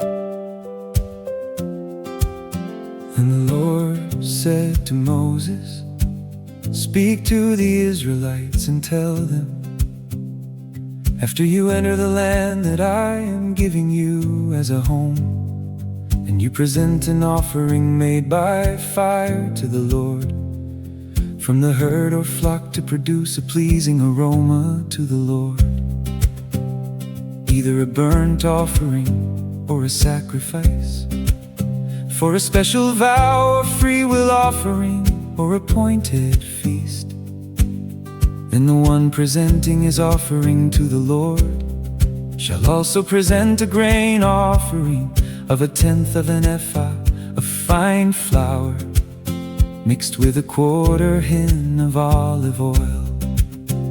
With the burnt offering or sacrifice of each lamb, you are to prepare 1/4 hin of wine as a drink offering. With the ram, you are to prepare a grain offering of 2/10 of an ephah of fine flour, mixed with 1/3 of a hin of olive oil, and 1/3 of a hin of wine as a drink offering, a pleasing aroma to the Lord. When you prepare a young bull as a burnt offering or sacrifice to fulfill a vow, or as a peace offering to the Lord, present with the bull a grain offering of 3/10 of an ephah of fine flour, mixed with 1/2 a hin of olive oil. Also present 1/2 a hin of wine as a drink offering. It is an offering made by fire, a pleasing aroma to the Lord. This is to be done for each bull, ram, lamb, or goat. This is how you must prepare each one, no matter how many. Everyone who is native born shall prepare these things in this way when he presents an offering made by fire as a pleasing aroma to the Lord. And for the generations to come, if a foreigner residing with you or someone else among you wants to prepare an offering made by fire as a pleasing aroma to the Lord, he is to do exactly as you do. The assembly is to have the same statute both for you and for the foreign resident. It is a permanent statute for the generations to come. You and the foreigner shall be the same before the Lord. The same law and the same ordinance will apply both to you and to the foreigner residing with you. Then the Lord said to Moses, "Speak to the Israelites and tell them, when you enter the land to which I am bringing you, and you eat the food of the land, you shall lift up an offering to the Lord. From the first of your dough, you are to lift up a cake as a contribution. Offer it just like an offering from the threshing floor. Throughout your generations, you are to give the Lord an offering from the first of your dough."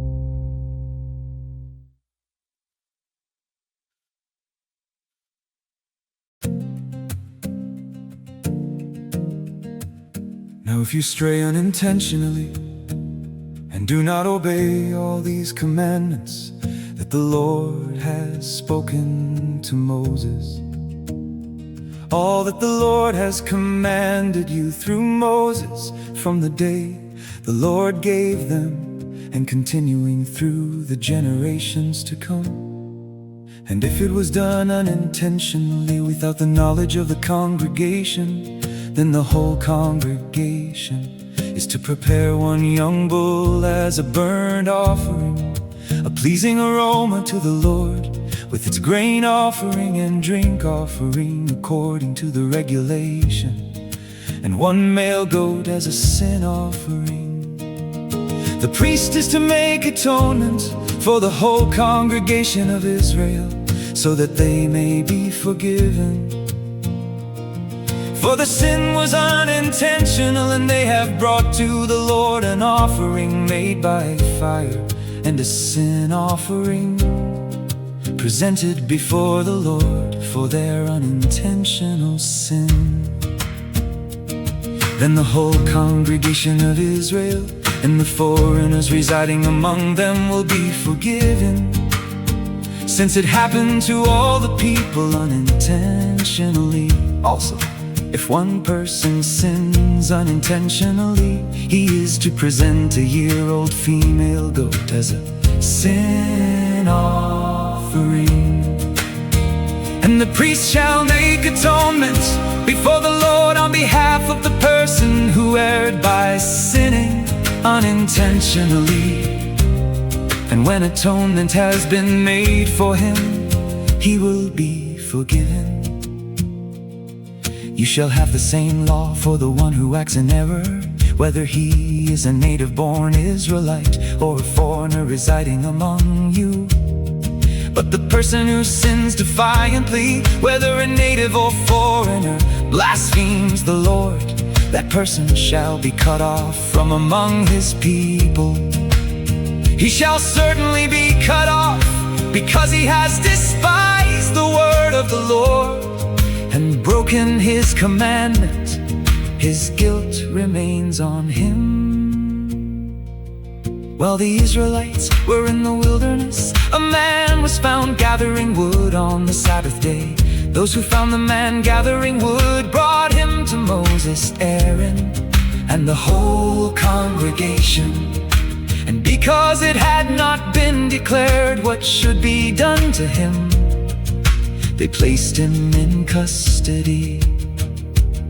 And the Lord said to Moses, the man must surely be put to death. The whole congregation is to stone him outside the camp. So the whole congregation took the man outside the camp and stoned him to death, as the Lord had commanded Moses. Later, the Lord said to Moses, speak to the Israelites and tell them that throughout the generations to come, they are to make for themselves tassels for the corners of their garments, with a blue cord on each tassel. These will serve as tassels for you to look at, so that you may remember all the commandments of the Lord, that you may obey them and not prostitute yourselves by following your own heart and your own eyes. Then you will remember and obey all my commandments, and you will be holy to your God. I am the Lord, your God, who brought you out of the land of Egypt to be your God. I am the Lord, your God.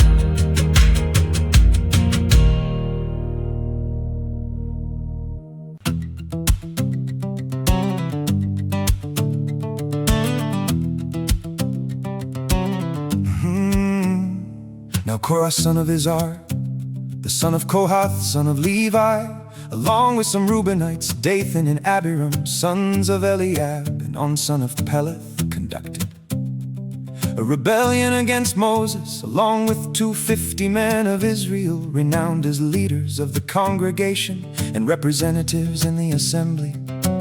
They came together against Moses and Aaron and told them, you have taken too much upon yourselves, for everyone in the entire congregation is holy, and the Lord is in their midst. Why then do you exalt yourselves above the assembly of the Lord? When Moses heard this, he fell face down. Then he said to Korah and all his followers, tomorrow morning the Lord will reveal who belongs to him and who is holy, and he will bring that person near to himself, the one he chooses. He will bring near to himself. You, Korah, and all your followers are to do as follows. Take censers And tomorrow you are to place fire and incense in them in the presence of the Lord. Then the man the Lord chooses will be the one who is holy. It is you, sons of Levi, who have taken too much upon yourselves.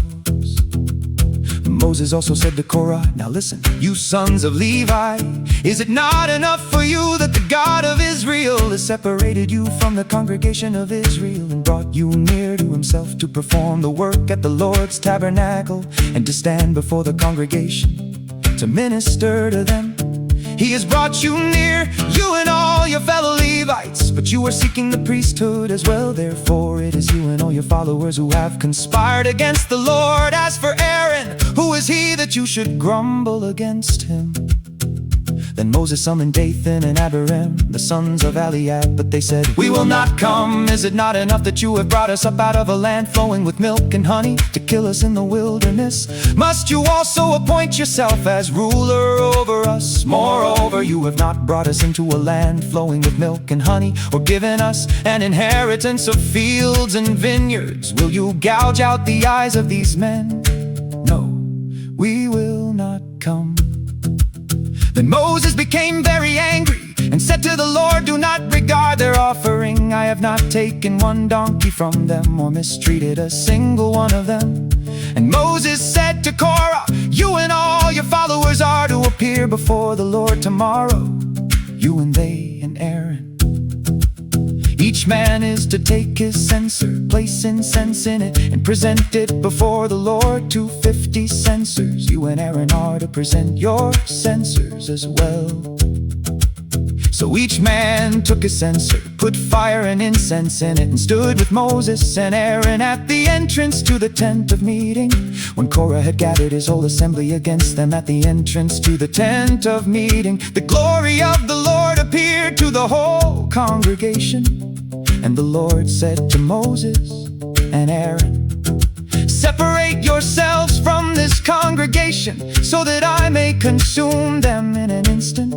But Moses and Aaron fell face down and said, O God, the God of the spirits of all flesh, when one man sins, will you be angry with the whole congregation? Then the Lord said to Moses, tell the congregation to move away from the dwellings of Korah, Dathan, and Abiram.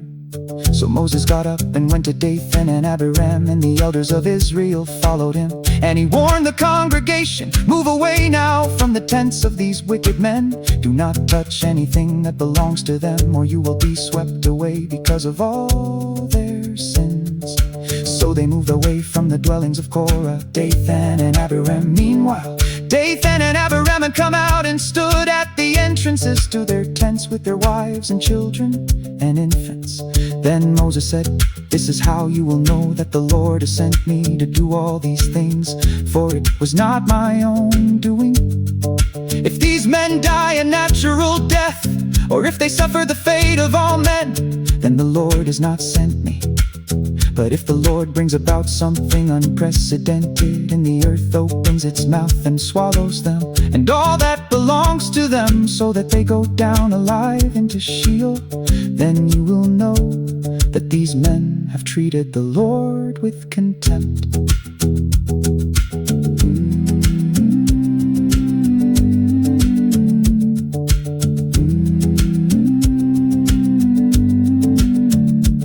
As soon as Moses had finished saying all this, the ground beneath them split open, and the earth opened its mouth and swallowed them and their households, all Korah's men and all their possessions. They went down alive into Sheol with all they owned. The earth closed over them, and they vanished from the assembly.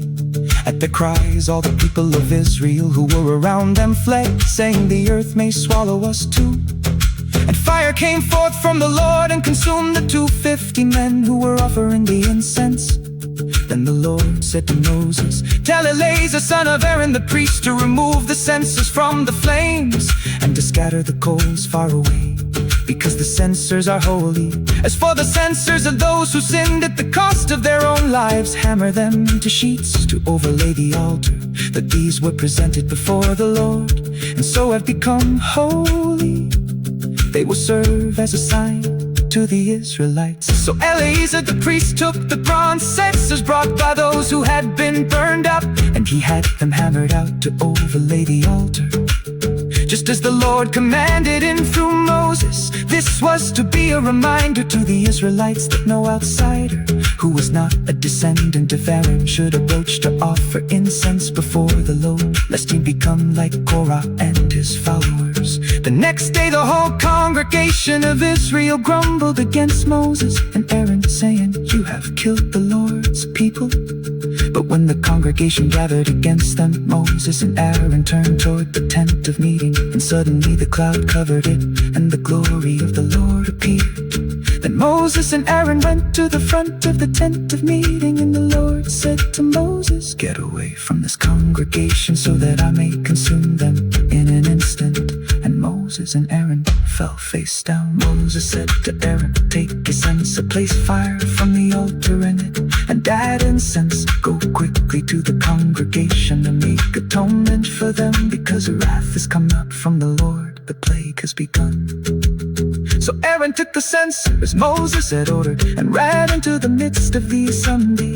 And seeing that the plague had begun among the people, he offered the incense and made atonement for the people. He stood between the living and the dead, and the plague was halted.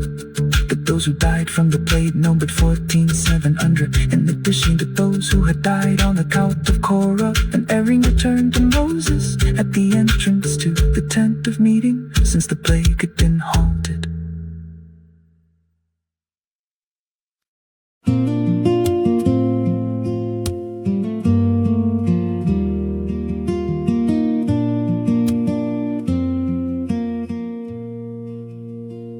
And the Lord said to Moses, "Speak to the Israelites and take from them 12 staffs, one from the leader of each tribe. Write each man's name on his staff, and write Aaron's name on the staff of Levi, because there must be one staff for the head of each tribe. Place the staffs in the tent of meeting, in front of the testimony, where I meet with you. The staff belonging to the man I choose will sprout, and I will rid myself of the constant grumbling of the Israelites against you."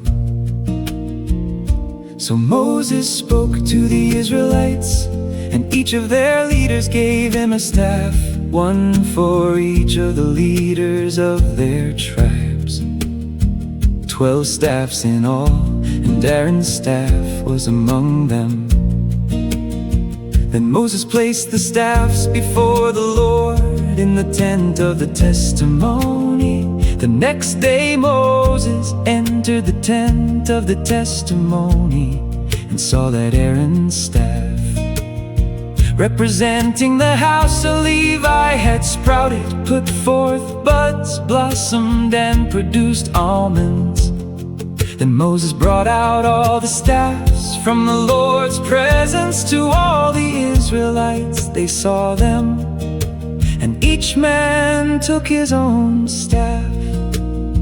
The Lord said to Moses, "Put Aaron's staff back in front of the testimony, to be kept as a sign for the rebellious, so that you may put an end to their grumbling against me, lest they die."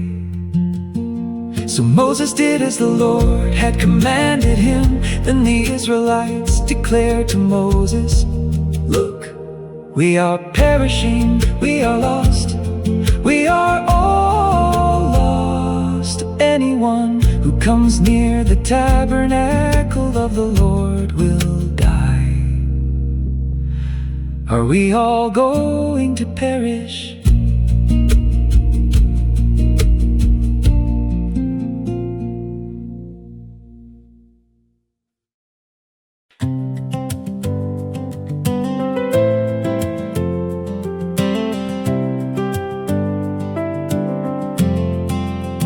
So the Lord said to Aaron, "You and your sons and your father's house must bear the iniquity involving the sanctuary You and your sons alone must bear the iniquity involving your priesthood.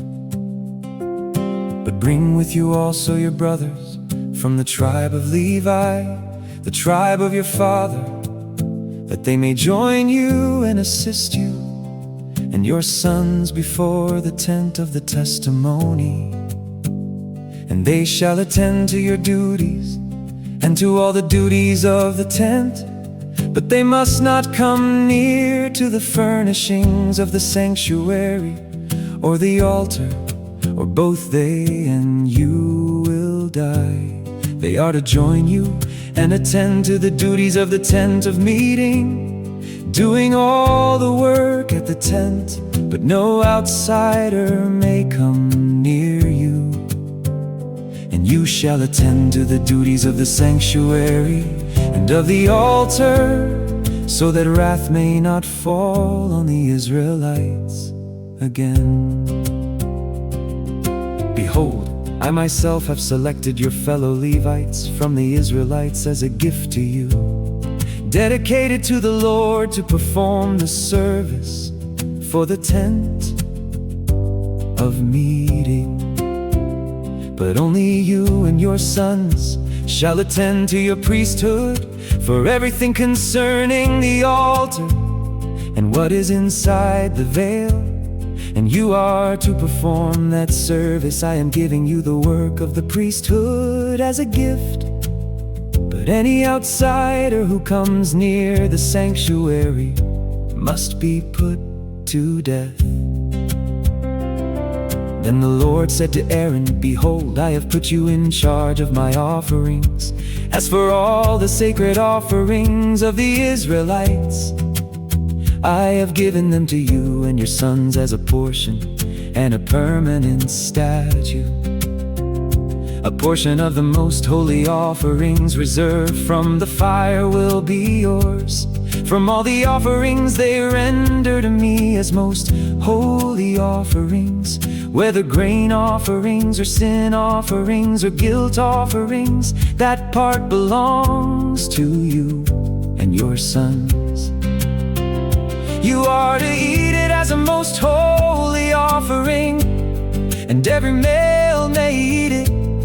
You shall regard it as holy, and this is yours as well, the offering of their gifts along with all the wave offerings of the Israelites. I have given this to you and your sons and daughters as a permanent statute. Every ceremonially clean person in your household may eat it. I give you all the freshest olive oil and all the finest new wine and grain that the Israelites give to the Lord as their first fruits. The first fruits of everything in their land that they bring to the Lord will belong to you. Every ceremonially clean person in your household may eat them. Every devoted thing in Israel belongs to you. The firstborn of every womb, whether man or beast, that is offered to the Lord belongs to you. But you must surely redeem every firstborn son and every firstborn male of unclean animals. You are to pay the redemption price for a month-old male according to your valuation, 5 shekels of silver according to the sanctuary shekel, which is 20 gerahs. But you must not redeem the firstborn of an ox, a sheep, or a goat. They are holy. You are to sprinkle their blood on the altar and burn their fat as an offering made by fire, a pleasing aroma to the Lord.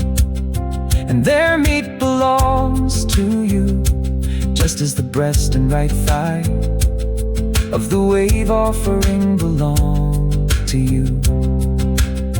All the holy offerings that the Israelites present to the Lord I give to you, and to your sons and daughters as a permanent statute.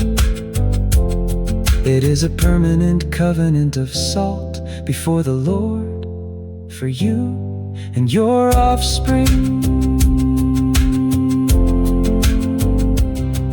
Then the Lord said to Aaron, you will have no inheritance in their land, nor will you have any portion among them. I am your portion and your inheritance among the Israelites. Behold, I have given to the Levites all the tithes in Israel, as an inheritance in return for the work they do, the service of the tent of meeting. No longer may the Israelites come near to the tent of meeting, or they will incur guilt and die. The Levites are to perform the work of the tent of meeting, and they must bear their iniquity. This is a permanent statute for the generations to come. The Levites will not receive an inheritance among the Israelites, for I have given to the Levites as their inheritance the tithe that the Israelites present to the Lord as a contribution. That is why I told them that they would not receive an inheritance among the Israelites. And the Lord instructed Moses, speak to the Levites and tell them, when you receive from the Israelites the tithe that I have given you as your inheritance, you must present part of it as an offering to the Lord. A tithe of the tithe, your offering will be reckoned to you as grain from the threshing floor or juice from the winepress. So you are to present an offering to the Lord from all the tithes you receive from the Israelites, and from these you are to give the Lord's offering to Aaron the priest.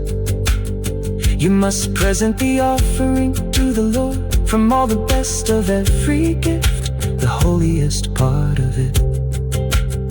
Therefore say to the Levites, when you have presented the best part, it will be reckoned to you as the produce of the threshing floor or winepress. And you and your households may eat the rest of it anywhere. It is the compensation for your work at the tent of meeting. Once you have presented the best part of it, you will not incur guilt because of it, but you must not defile the secret offers of the Israelites, or else you will die.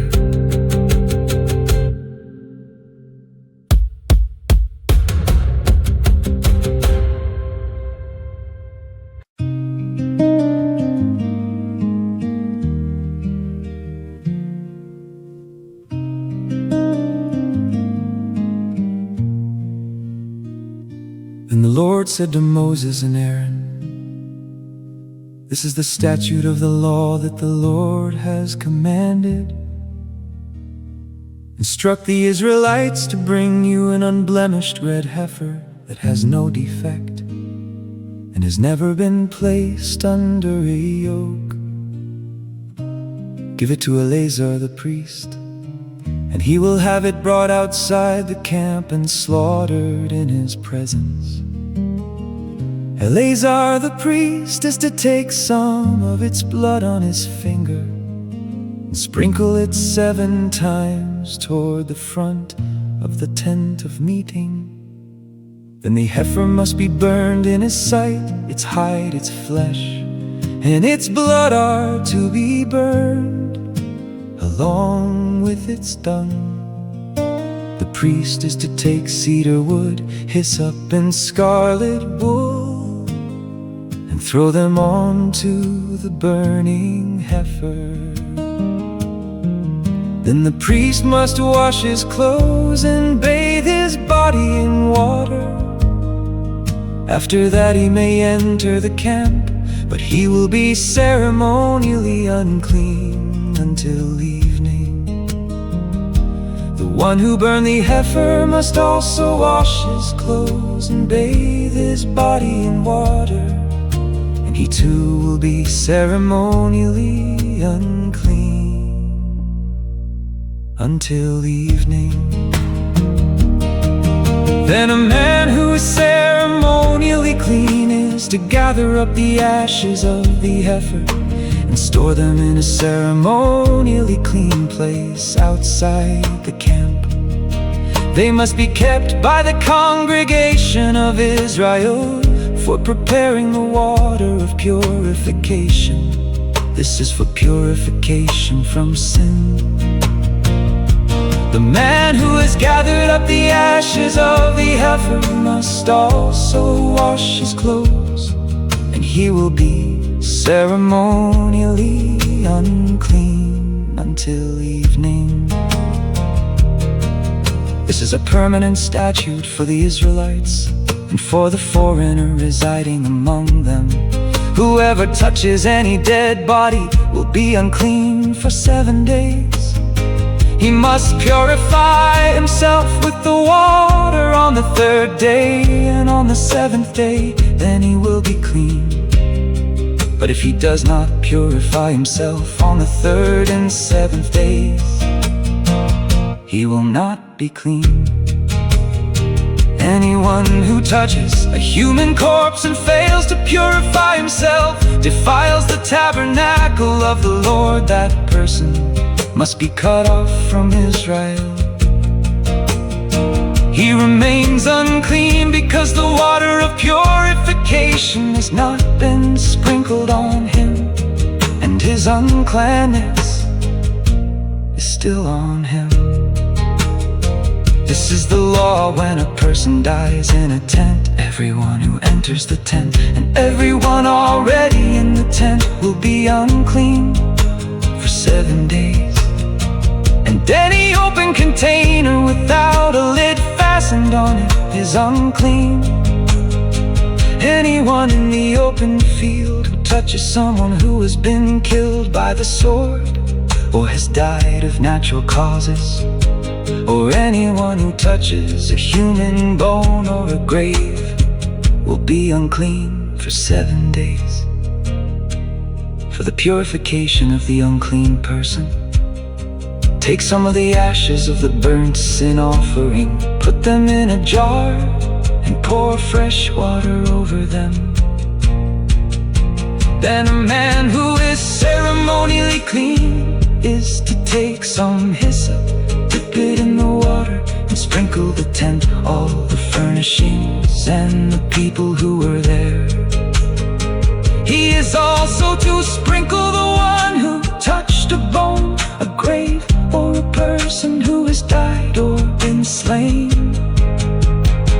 The man who is ceremonially clean is to sprinkle the unclean person on the 3rd day and on the 7th day.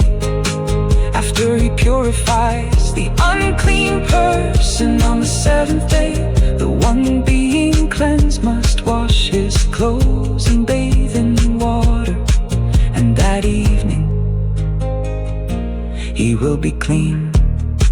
But if a person who is unclean does not purify himself, he will be cut off from the assembly, because he has defiled the sanctuary of the Lord.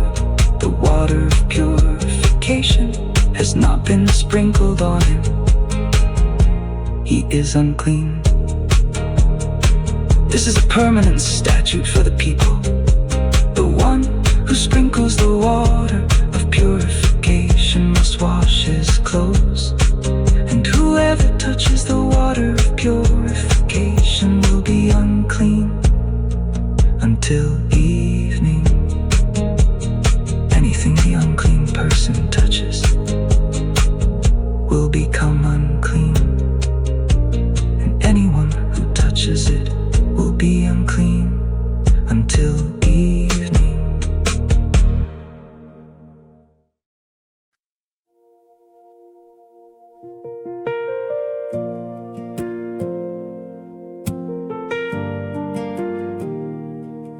In the 1st month, the whole congregation of Israel entered the wilderness of Zin and stayed in Kadesh.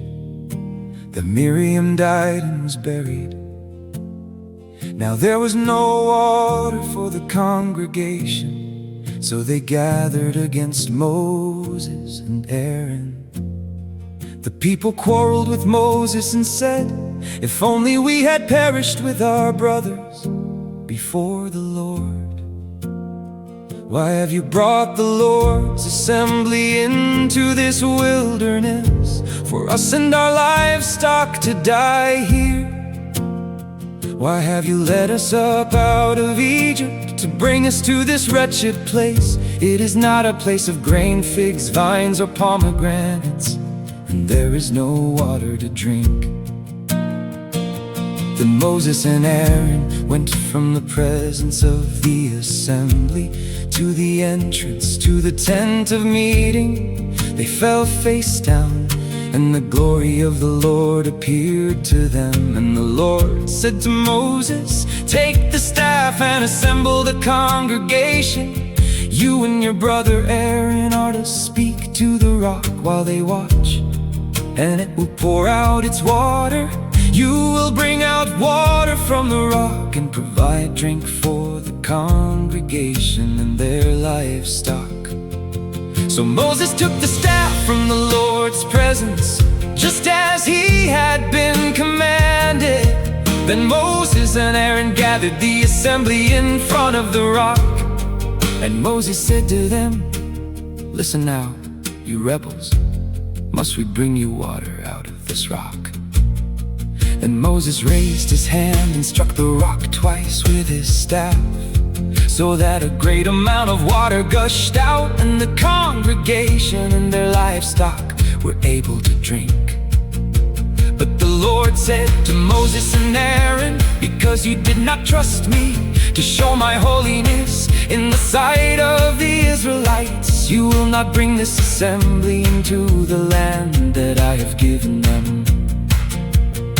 These were the waters of Meribah, where the Israelites quarreled with the Lord, and he showed his holiness among them. From Kadesh, Moses sent messengers to tell the king of Edom, "This is what your brother Israel says. You know all the hardship that has befallen us, how our fathers went down to Egypt, where we lived many years. The Egyptians mistreated us and our fathers, and when we cried out to the Lord, he heard our voice, sent an angel, and brought us out of Egypt. Now look, we are in Kadesh, a city on the edge of your territory. Please let us pass through your land. We will not cut through any field or vineyard, or drink water from any well. We will stay on the king's highway. We will not turn to the right or to the left until we have passed through your territory." But Edom answered, "You may not travel through our land, for we will come out and confront you with the sword. We will stay on the main road." The Israelites replied, "And if we or our herds drink your water, we will pay for it. There will be no problem. Only let us pass through on foot." But Edom insisted, "You may not pass through." And they came out to confront the Israelites with a large army and a strong hand. So Edom refused to allow Israel to pass through their territory, and Israel turned away from them.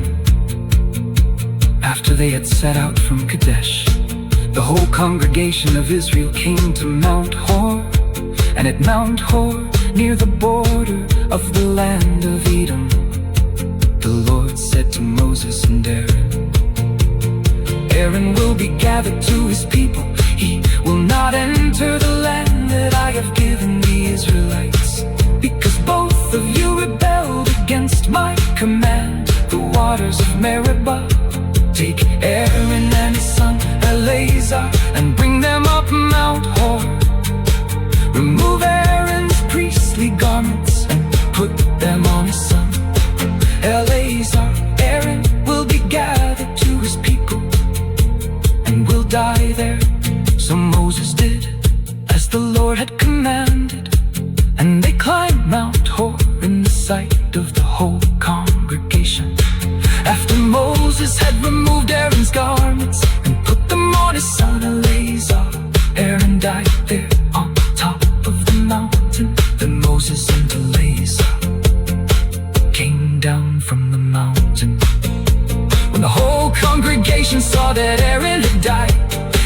entire house of Israel mourned for him 30 days.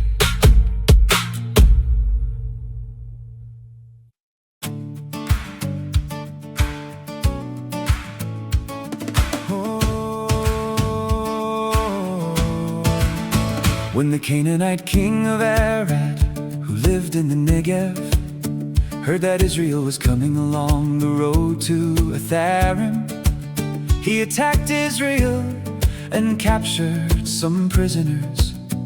So Israel made a vow to the Lord: if you will deliver this people into our hands, we will devote their cities to destruction.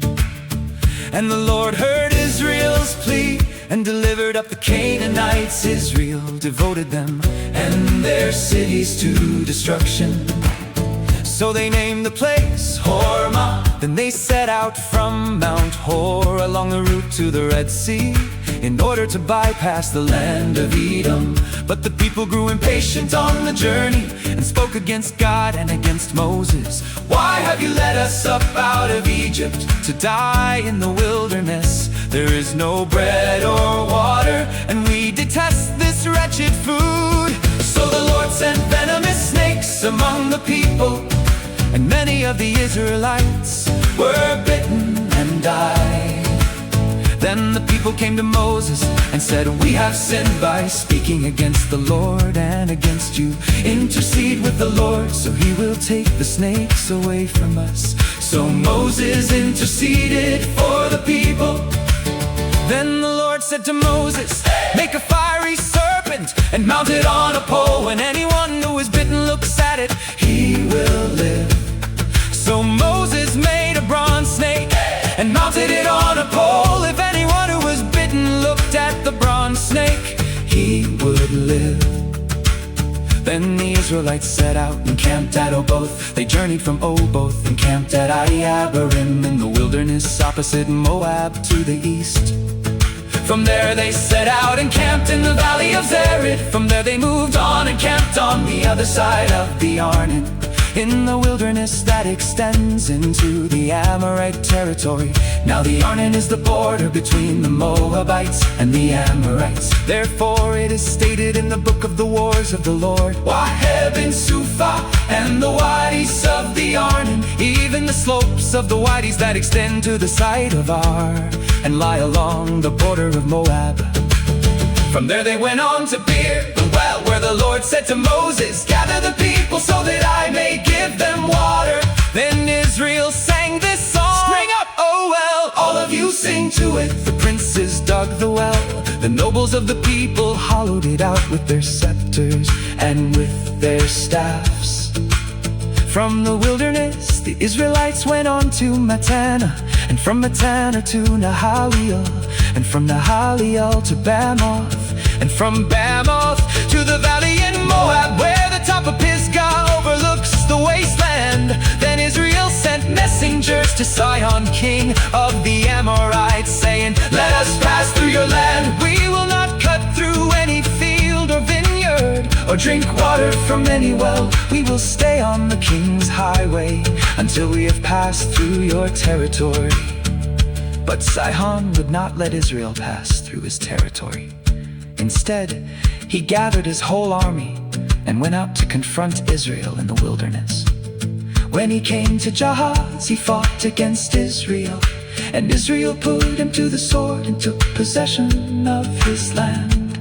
From the Arnon to the Jabbok, but only up to the border of the Ammonites, because it was fortified. Israel captured all the cities of the Amorites and occupied them, including Heshbon and all its villages.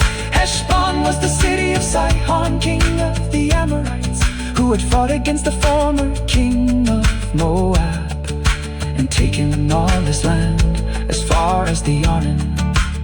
That is why the poets say, come to Heshbon, let it be rebuilt. Let the city of Sihon be restored. For a fire went out from Heshbon, a blaze from the city of Sihon. It consumed Ar of Moab, the rulers of Arnon's heights. Woe to you, O Moab, you are destroyed, O people of Chemosh. He gave up his sons Moses refugees and his daughters into captivity to Sihon, king of the Amorites.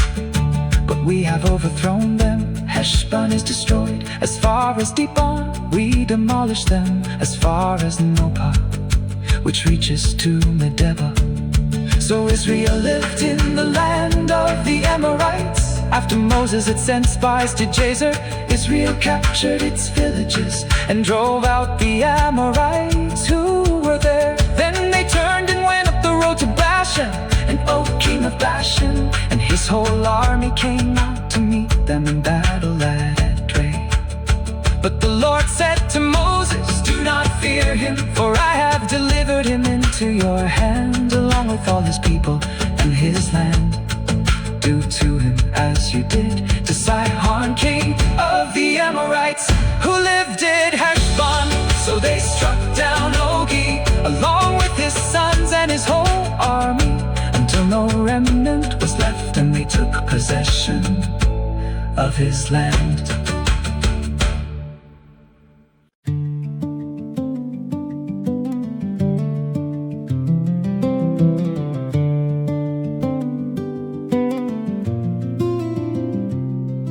Then the Israelites traveled on and camped in the plains of Moab, near the Jordan, across from Jericho. Now Balak son of Zippor saw all that Israel had done to the Amorites, and Moab was terrified of the people, because they were numerous indeed. Moab dreaded the Israelites. So the Moabites said to the elders of Midian, this horde will devour everything around us, as an ox licks up the grass of the field. Since Balak son of Zippor was king of Moab at that time, he sent messengers to Balaam son of Beor at Pethor, which is by the Euphrates, in the land of his people. Behold, the people has come out of Egypt, said Balak. They cover the face of the land and have settled next to me. So please come now and put a curse on this people, because they are too mighty for me. Perhaps I may be able to defeat them and drive them out of the land. For I know that those you bless are blessed, and those you curse are cursed.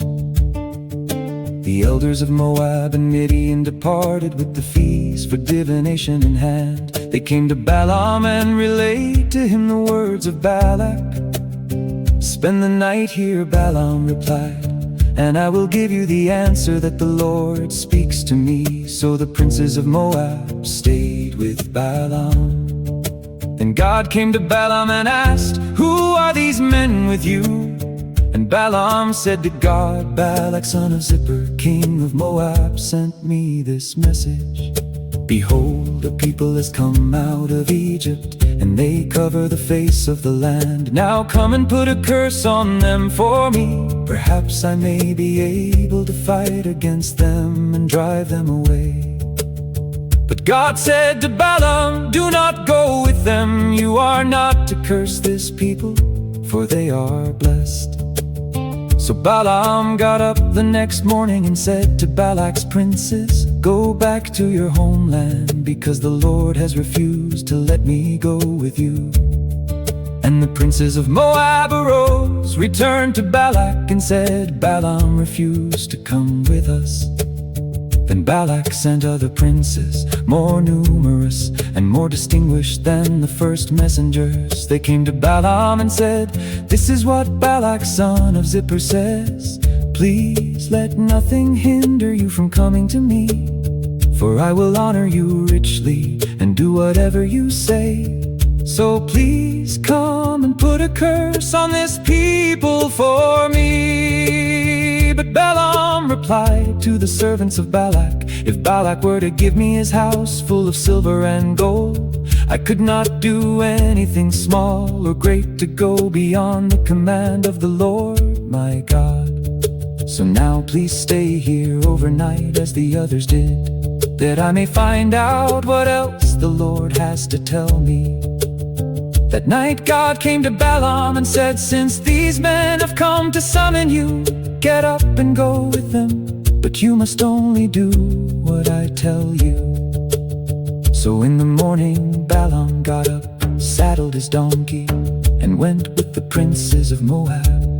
Then God's anger was kindled because Balaam was going along, and the angel of the Lord stood in the road to oppose him. Balaam was riding his donkey, and his 2 servants were with him. When the donkey saw the angel of the Lord standing in the road with a drawn sword in his hand, she turned off the path and went into a field. So Balaam beat her to return her to the path. Then the angel of the Lord stood in a narrow passage between 2 vineyards, with walls on either side. And the donkey saw the angel of the Lord and pressed herself against the wall, crushing Balaam's foot against it. So he beat her once again.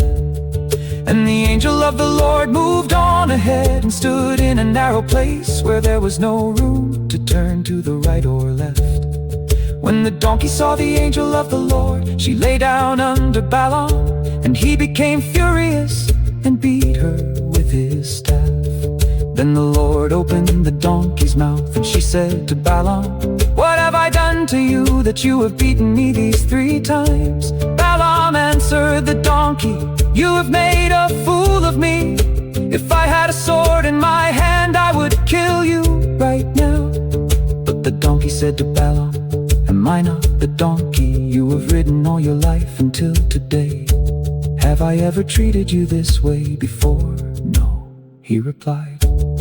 Then the Lord opened Balaam's eyes, and he saw the angel of the Lord standing in the road with a drawn sword in his hand. And Balaam bowed low and fell face down. The angel of the Lord asked him, "Why have you beaten your donkey these 3 times? Behold, I have come out to oppose you, because your way is perverse before me."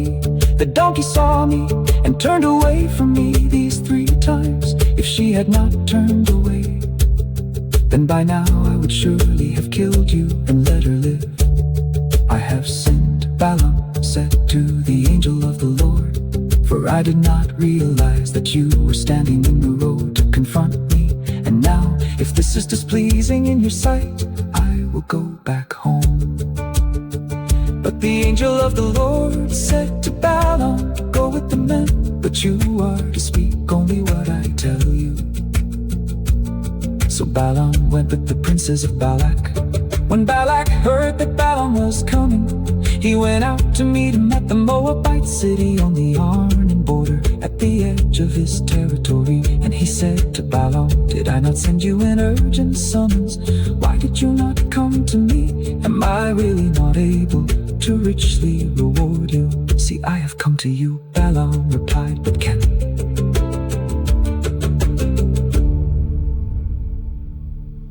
Balak heard that Balaam was coming. He went out to meet him at the Moabite city on the Arnon border, at the edge of his territory. And he said to Balaam, "Did I not send you an urgent summons? Why did you not come to me? Am I really not able to richly reward you?" "See, I've come to you," Balaam replied, "but can I say just anything?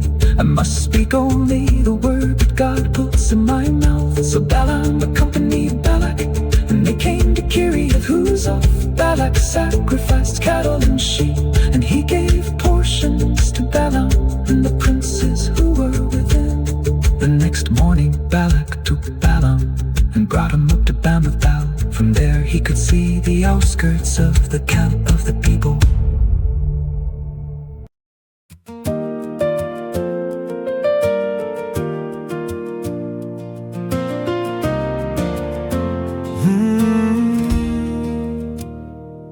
Then Balaam said to Balak, "Build for me 7 altars here, and prepare for me 7 bulls and 7 rams." So Balak did as Balaam had instructed, and Balaam offered a bull and a ram on each altar. "Stay here by your burnt offering while I am gone." Balaam said to Balak, "Perhaps the Lord will meet with me, and whatever he reveals to me, I will tell you." So Balaam went off to a barren height, and God met with him. I have set up 7 altars, Balaam said, and on each altar I have offered a bull and a ram. Then the Lord put a message in Balaam's mouth, saying, return to Balak and give him this message. So he returned to Balak, who was standing there beside his burnt offering, with all the princes of Moab. And Balaam lifted up an oracle, saying, Balak brought me from Aram, the king of Moab, from the mountains of the east. Come, he said, put a curse on Jacob for me. Come and denounce Israel. How can I curse what God has not cursed? How can I denounce what the Lord has not denounced? For I see them from atop the rocky cliffs, and I watch them from the hills. Behold, a people dwelling apart, not reckoning themselves among the nations. Who can count the dust of Jacob or number even a fourth of Israel? Let me die the death of the righteous, let my end be like theirs.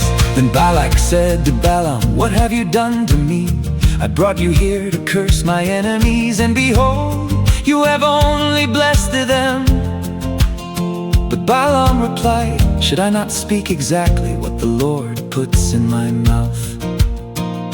Then Balak said to him, please come with me to another place where you can see them. You will only see the outskirts of their camp, not all of them. And from there, curse them for me. So Balak took him to the field of Zophim, to the top of Pisgah, where he built 7 altars, and offered a bull and a ram on each altar. Balaam said to Balak, stay here beside your burnt offering, while I meet the Lord over there. And the Lord met with Balaam, and put a message in his mouth, saying, return to Balak, and speak what I tell you. So he returned to Balak, who was standing there by his burnt offering, with the princes of Moab. What did the Lord say? Balak asked. Then Balaam lifted up an oracle, saying, arise, O Balak, and listen, give ear to me, O son of Zippor. God is not a man that he should lie, or a son of man that he should change his mind. Does he speak and not act? Does he promise and not fulfill? I have indeed received a command to bless. He has blessed and I cannot change it. He considers no disaster for Jacob, he sees no trouble for Israel. The Lord their God is with them, and the shout of the king is among them. God brought them out of Egypt with strength like a wild ox. For there is no spell against Jacob, and no divination against Israel. It will now be said of Jacob and Israel, what great things God has done. Behold, the people rise like a lioness, they rouse themselves like a lion, not resting until they devour their prey, and drink the blood of the slain. Now Balak said to Balaam that neither curse them at all, nor bless them at all. But Balaam replied, did I not tell you that whatever the Lord says I must do? Please come, said Balak, I will take you to another place. Perhaps it will please God that you curse them for me from there. And Balak took Balaam to the top of Peor, which overlooks the wasteland.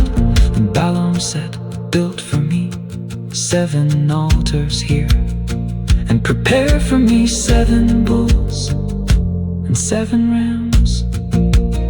So Balak did as Balaam had instructed, and he offered a bull and a ram on each altar.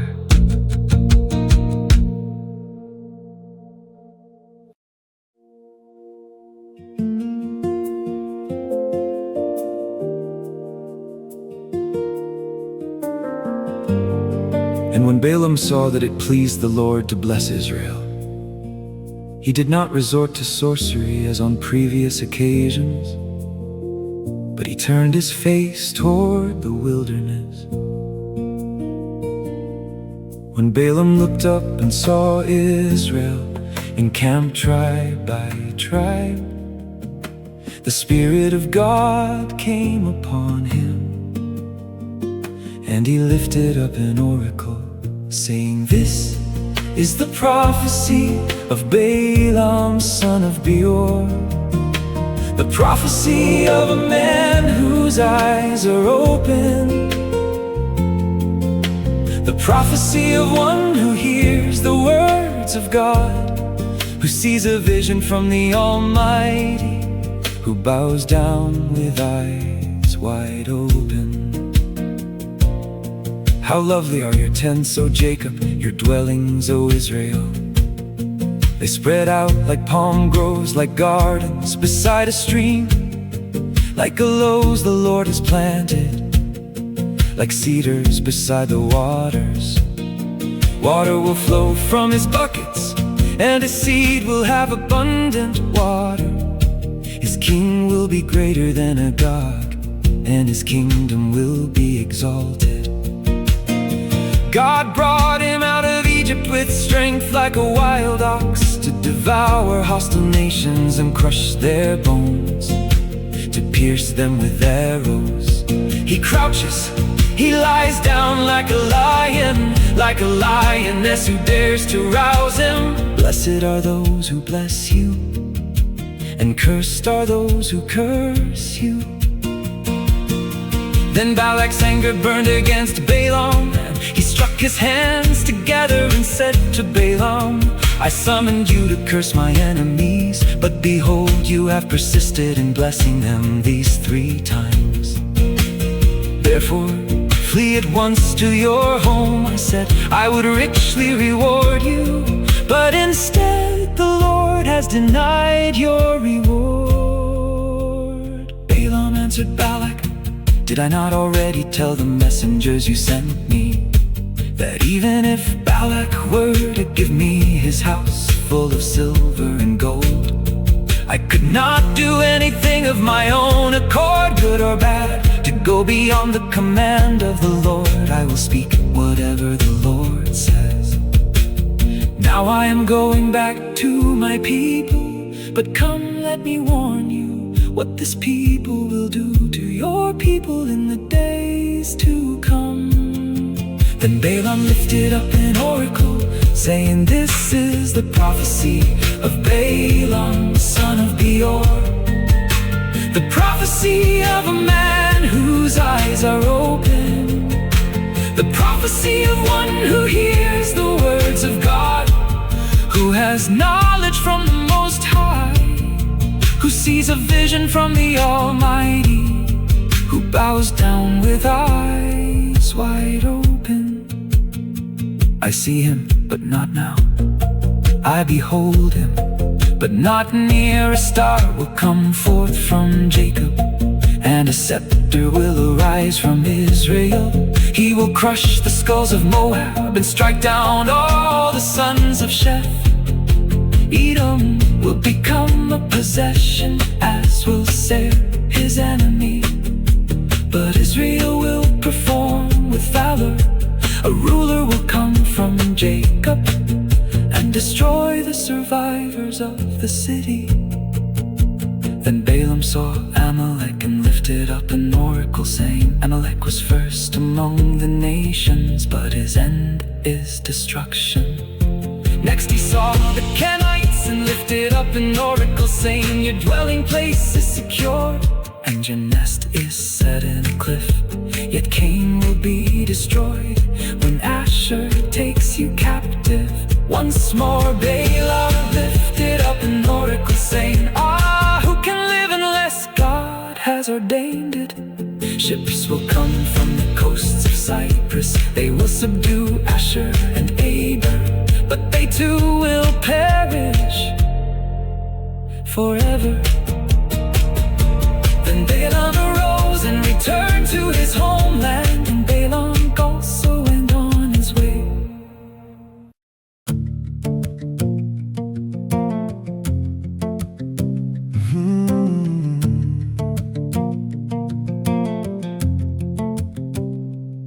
While Israel was staying in Shittim, the men began to indulge in sexual immorality with the daughters of Moab, who also invited them to the sacrifices for their gods. And the people ate and bowed down to these gods. So Israel joined in worshiping Baal of Peor, and the anger of the Lord burned against them.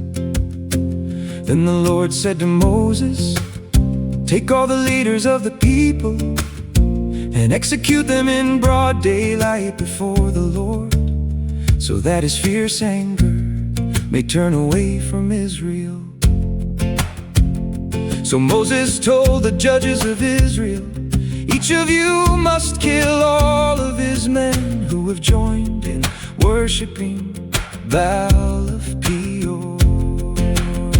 Just then an Israelite man brought to his family a Midianite woman in the sight of Moses and the whole congregation of Israel, while they were weeping at the entrance to the tent of meeting. On seeing this, Phinehas, son of Eleazar, the son of Aaron the priest, got up from the assembly, took a spear in his hand, followed the Israelite into his tent, and drove the spear through both of them, through the Israelite and on through the belly of the woman. So the plague against the Israelites was halted, but those who died in the plague numbered 24,000. Then the Lord said to Moses, "Phinehas, son of Eleazar, the son of Aaron the priest, has turned my wrath away from the Israelites, for he was zealous for my sake among them, so that I did not consume the Israelites in my zeal. Declare therefore that I am granting him my covenant of peace. It will be a covenant of permanent priesthood for him and his descendants, because he was zealous for his God and made atonement for the Israelites." The name of the Israelite who was slain with the Midianite woman was Zimri, son of Salu, the leader of a Simeonite family. And the name of the slain Midianite woman was Cosbi, the daughter of Zor, a tribal chief of a Midianite family. And the Lord said to Moses, "Attack the Midianites and strike them dead, for they assailed you deceitfully when they seduced you in the matter of Peor and their sister Cosbi, the daughter of the Midianite leader, the woman who was killed on the day the plague came because of Peor."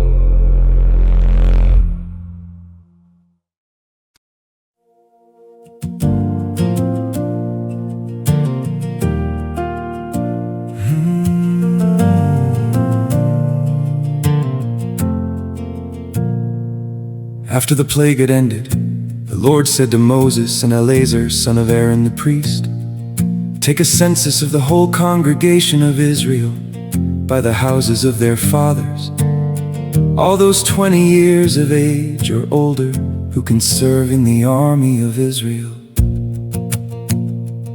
So on the plains of Moab by the Jordan, across from Jericho, Moses and Eleazar the priest issued the instruction,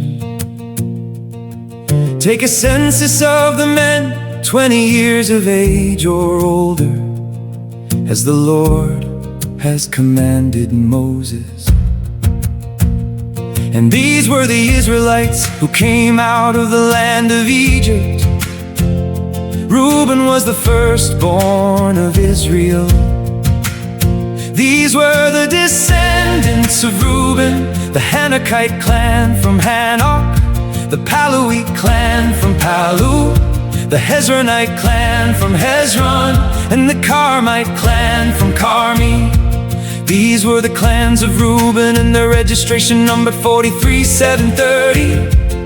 Now the son of Palu was Eliab, and the sons of Eliab were Nemuel, Dathan, and Abiram. It was Dathan and Abiram, chosen by the congregation who fought against Moses and Aaron with the followers of Korah, who rebelled against the Lord. And the earth opened its mouth and swallowed them along with Korah, whose followers died when the fire consumed 250 men. They serve as a warning sign. However, the line of Korah did not die out.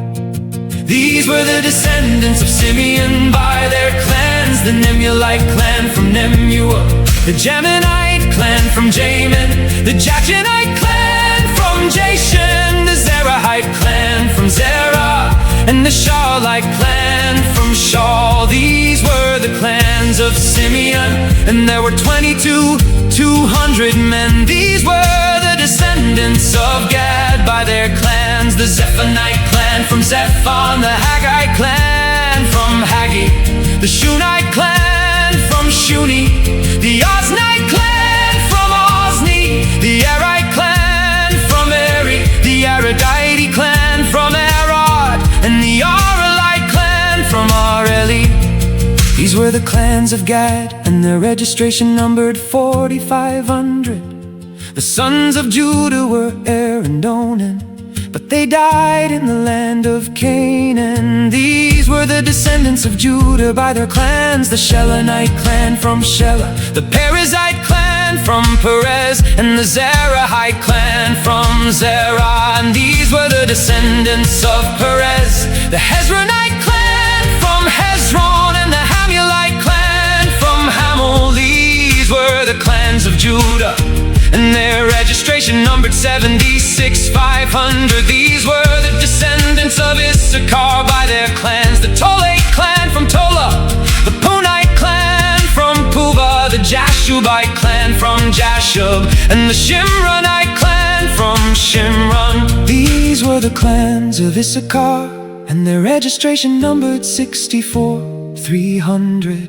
These were the descendants of Zebulun by their clans: the Seredite clan from Sered, the Elonite clan from Elon, and the Jalilite clan from Jalil. These were the clans of Zebulun, and their registration numbered 6,500. The descendants of Joseph included the clans of Manasseh and Ephraim. These were the descendants of Manasseh: the Machirite clan from Machir, the father of Gilead, and the Gileadite clan from Gilead. These were the descendants of Gilead: the Iezerite clan from Iezer, the Helekite clan from Helek, the Azraelite clan from Azriel, the Shechemite clan from Shechem, the Shemidate clan from Shemida, and the Heferite clan from Hefer.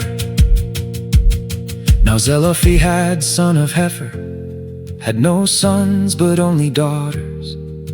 The names of his daughters were Mahlah, Noah, Hoglah, Milcah, and Tirzah. These were the clans of Manasseh, and their registration numbered 52,700. These were the descendants of Ephraim by their clans: the Shuthelahite clan from Shuthelah, the Becherite clan from Becher, and the Tahanite clan from Tahan. And the descendants of Shuthelah were the Uranite clan from Aaron. These were the clans of Ephraim, and their registration numbered 32,500. These clans were the descendants of Joseph. These were the descendants of Benjamin by their clans: the Belate clan from Bela, the Ashbelite clan from Ashbel, the Ahiramite clan from Ahiram, the Shuphemite clan from Shupham, and the Huphamite clan from Hupham. And the descendants of Bela from Ard and Naaman were the Ardite clan from Ard, and the Naamite clan from Naaman. These were the clans of Benjamin, and their registration numbered 45,600.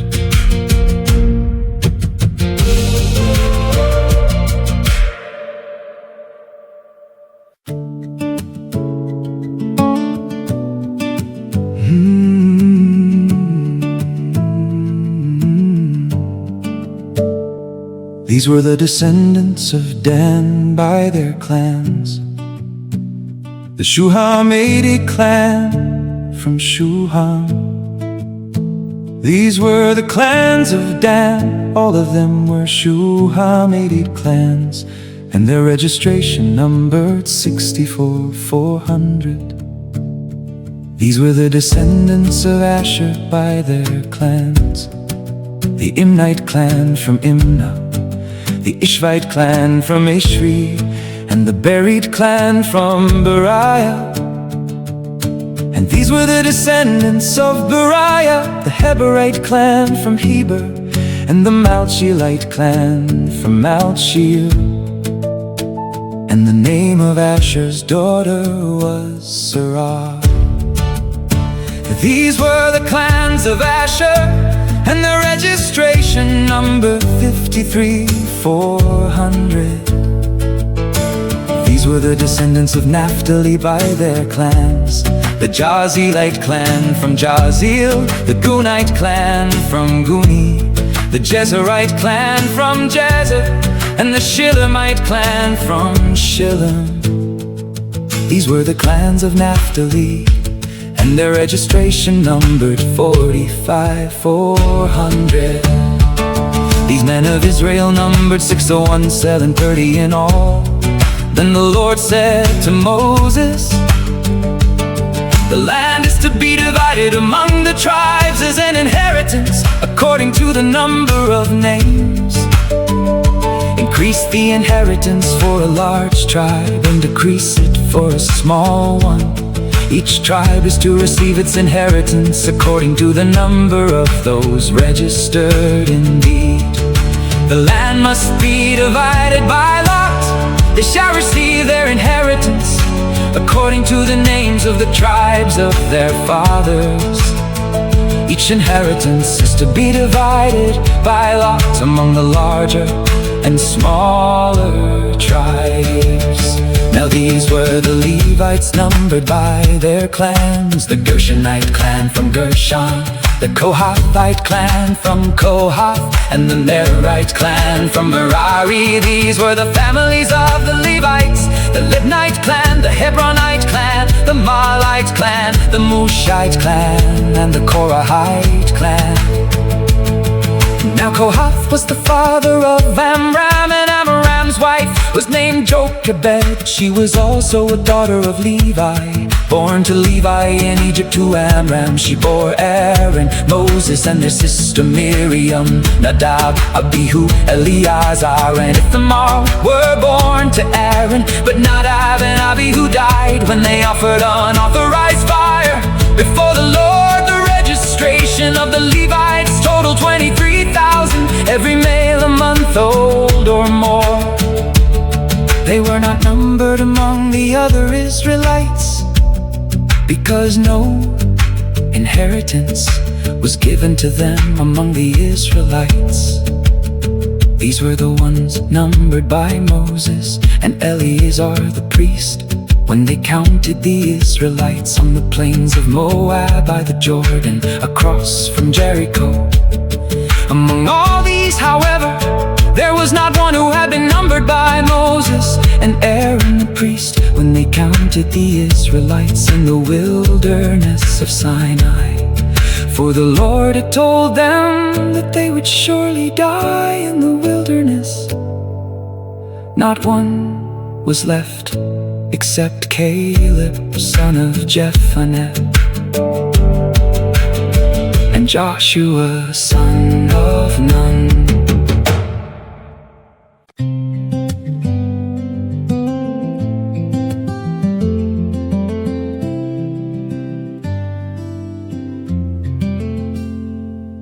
Now the daughters of Zelophehad, son of Hepher, the son of Gilead, the son of Machir, the son of Manasseh, belonged to the clans of Manasseh, son of Joseph. These were the names of his daughters: Mahlah, Noah, Hoglah, Milcah, and Tirzah. They approached the entrance to the tent of meeting, stood before Moses, Eleazar the priest, the leaders, and the whole congregation, and said, "Our father died in the wilderness, but he was not among the followers of Korah who gathered together against the Lord. Instead, He died because of his own sin, and he had no sons. Why should the name of our father disappear from his clan because he had no sons? Give us property among our father's brothers. So Moses brought their case before the Lord, and the Lord answered him.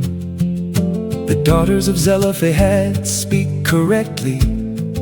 You certainly must give them property as an inheritance among their father's brothers, and transfer their father's inheritance to them. Furthermore, you shall say to the Israelites, if a man dies and leaves no son, you are to transfer his inheritance to his daughter. If he has no daughter, give his inheritance to his brothers. If he has no brothers, give his inheritance to his father's brothers. And if his father has no brothers, give his inheritance to the next of kin from his clan, that he may take possession of it. This is to be a statutory ordinance for the Israelites, as the Lord has commanded Moses. Then the Lord said to Moses, go up this mountain of the Abarim range and see the land that I have given the Israelites. After you have seen it, you too will be gathered to your people, as your brother Aaron was. For when the congregation contended in the wilderness of Zin, both of you rebelled against my command to show my holiness in their sight regarding the waters. Those were the waters of Meribah in Kadesh in the wilderness of Zin. So Moses appealed to the Lord, may the Lord, the God of the spirits of all flesh, appoint a man over the congregation, who will go out and come in before them, and who will lead them out and bring them in, so that the congregation of the Lord will not be like sheep without a shepherd. And the Lord replied to Moses, take Joshua son of Nun, a man with the Spirit in him, and lay your hands on him. Have him stand before Eleazar the priest and the whole congregation, and commission him in their sight. Confer on him some of your authority, so that the whole congregation of Israel will obey him. He shall stand before Eleazar the priest, who will seek counsel for him before the Lord by the judgment of the Urim at his command. He and all the Israelites with him, the entire congregation, will go out and come in. Moses did as the Lord had commanded him. He took Joshua, had him stand before Eleazar the priest and the whole congregation, and laid his hands on him and commissioned him, as the Lord had instructed through Moses.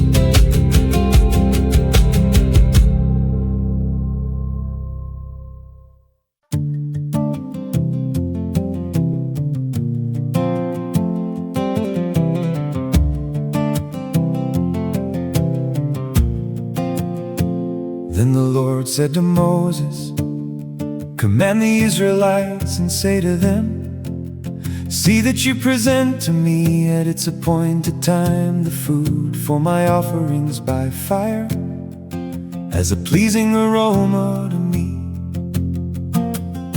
And tell them that this is the offering made by fire you are to present to the Lord, as a regular burnt offering each day, 2 unblemished year-old male lambs. Offer 1 lamb in the morning and the other at twilight, along with 1/10 of an ephah of fine flour as a grain offering, mixed with 1/4 hin of oil from pressed olives. This is a regular burnt offering, established at Mount Sinai as a pleasing aroma, an offering made by fire to the Lord. The drink offering accompanying each lamb shall be a quarter hin. Pour out the offering of fermented drink to the Lord in the sanctuary area, and offer the second lamb at twilight with the same grain offering and drink offering as in the morning. It is an offering made by fire, a pleasing aroma to the Lord. On the Sabbath day, present two unblemished year-old male lambs, accompanied by a grain offering of 2/10 of an ephah fine flour mixed with oil, as well as a drink offering. This is the burnt offering for every Sabbath, in addition to the regular burnt offering and its drink offering. At the beginning of every month, you are to present to the Lord a burnt offering of 2 young bulls, 1 ram and 7 male lambs, a year old, all unblemished, along with 3/10 of an ephah of fine flour mixed with oil as a grain offering with each bull. 2/10 of an ephah of fine flour mixed with oil as a grain offering with the ram, and 1/10 of an ephah of fine flour mixed with oil as a grain offering with each lamb. This is a burnt offering, a pleasing aroma, an offering made by fire to the Lord. Their drink offering shall be half a hin of wine with each bull, 1/3 of a hin with the ram, and 1/4 hin with each lamb. This is the monthly burnt offering to be made at each new moon throughout the year, in addition to the regular burnt offering with its drink offering. 1 male goat is to be presented to the Lord as a sin offering. The 14th day of the first month is the Lord's Passover. On the 15th day of this month there shall be a feast. For 7 days unleavened bread is to be eaten. On the first day there is to be a sacred assembly. You must not do any regular work. Present to the Lord an offering made by fire, a burnt offering of 2 young bulls, 1 ram and 7 male lambs, a year old, all unblemished. The grain offering shall consist of fine flour mixed with oil. Offer 3/10 of an ephah with each bull, 2/10 of an ephah with the ram, and 1/10 of an ephah with each of the 7 lambs. Include 1 male goat as a sin offering to make atonement for you. You are to present these in addition to the regular morning burnt offering. Offer the same food each day for 7 days as an offering made by fire, a pleasing aroma to the Lord. It is to be offered with its drink offering and the regular burnt offering.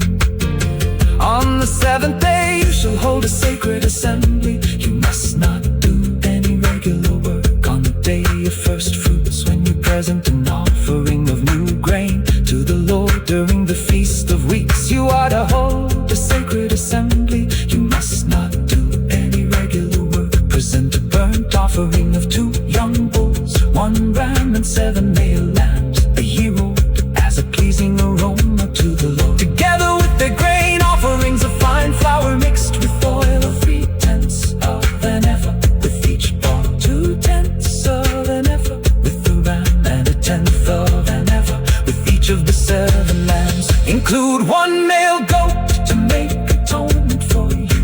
Offer them with their drink offerings in addition to the regular burnt offering and its grain offering. The animals must be unblemished.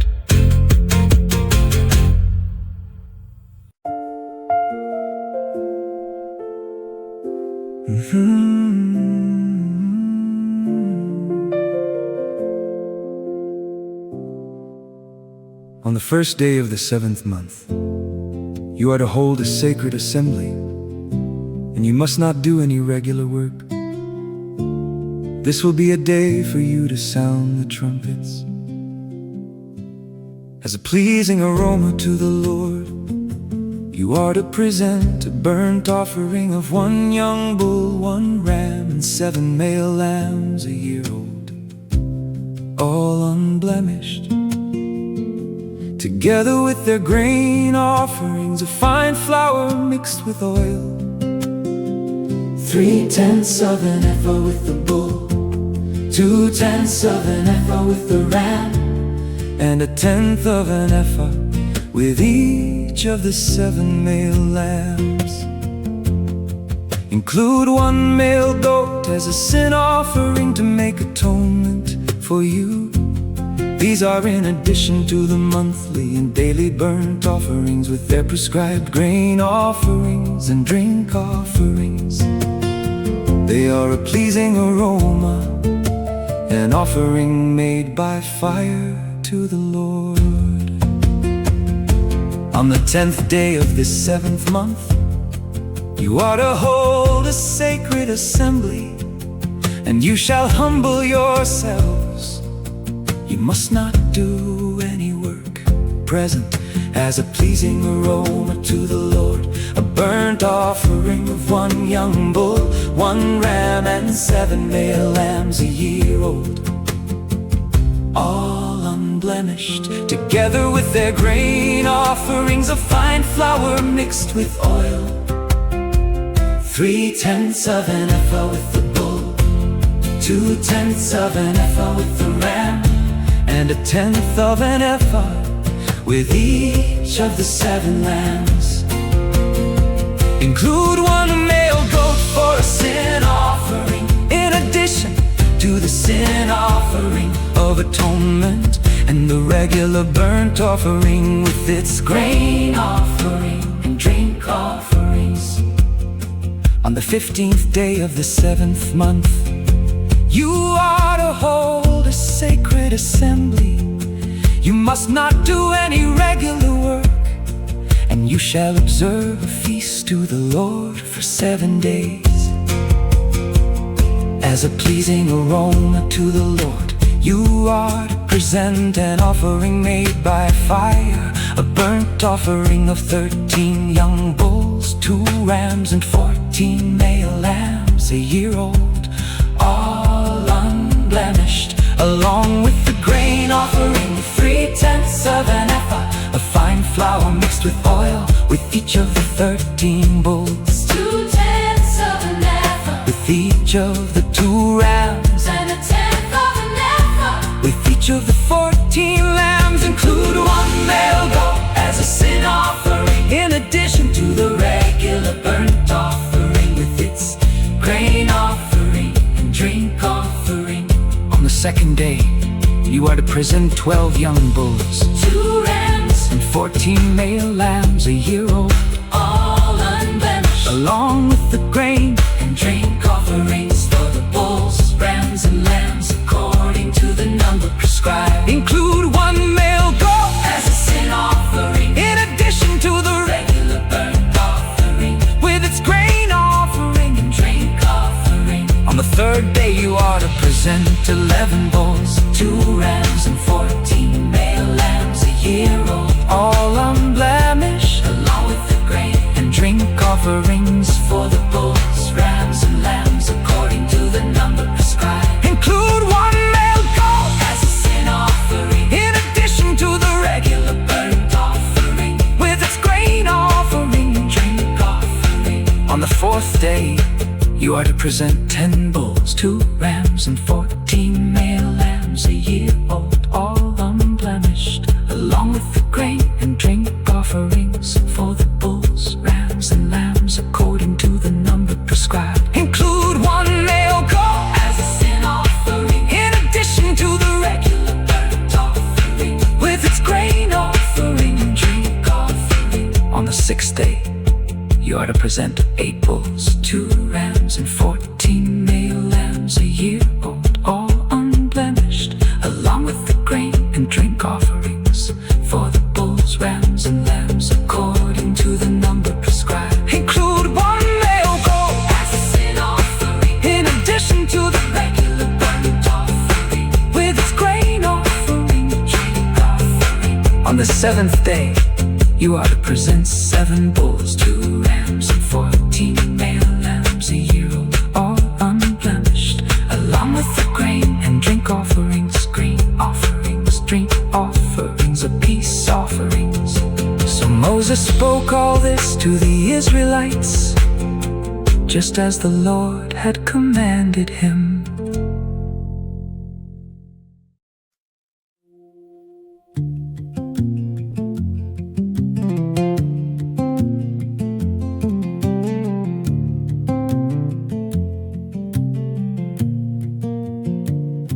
Then Moses said to the heads of the tribes of Israel, "This is what the Lord has commanded. If a man makes a vow to the Lord or swears an oath to obligate himself by a pledge, he must not break his word. He must do everything he has promised.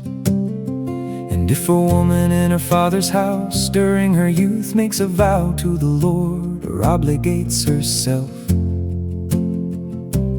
by a pledge, and her father hears about her vow or pledge but says nothing to her, then all the vows or pledges by which she is bound herself shall stand.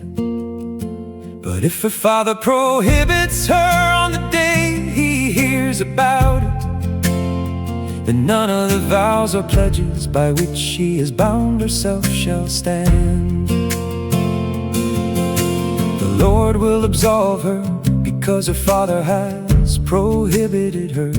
If a woman marries while under a vow or rash promise by which she is bound herself, and her husband hears of it, but says nothing to her on that day, then the vows or pledges by which she is bound herself shall stand.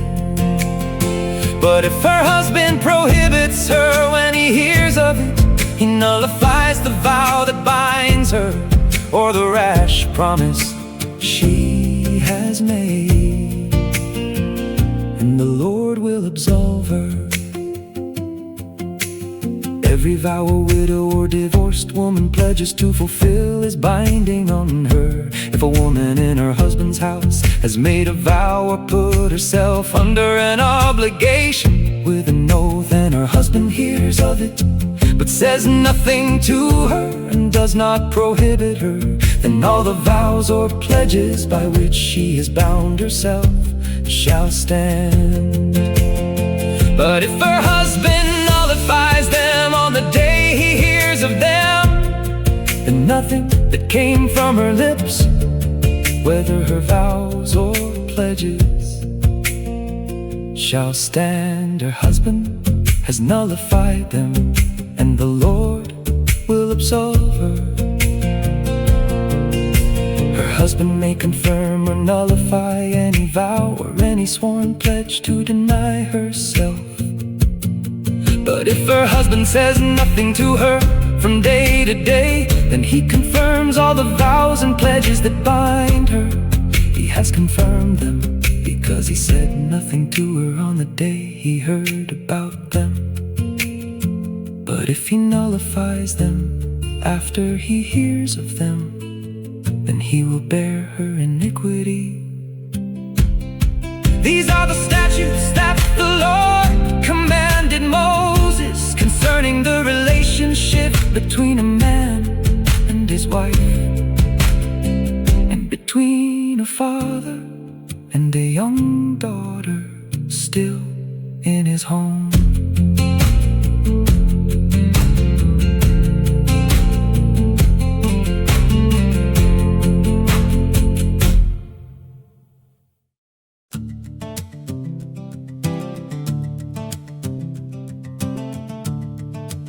And the Lord said to Moses, "Take vengeance on the Midianites for the Israelites. After that, you will be gathered to your people." So Moses told the people, "Arm some of your men for war, that they may go against the Midianites and execute the Lord's vengeance on them." Send into battle 1,000 men from each tribe of Israel. So 1,000 men were recruited from each tribe of Israel, 12,000 armed for war.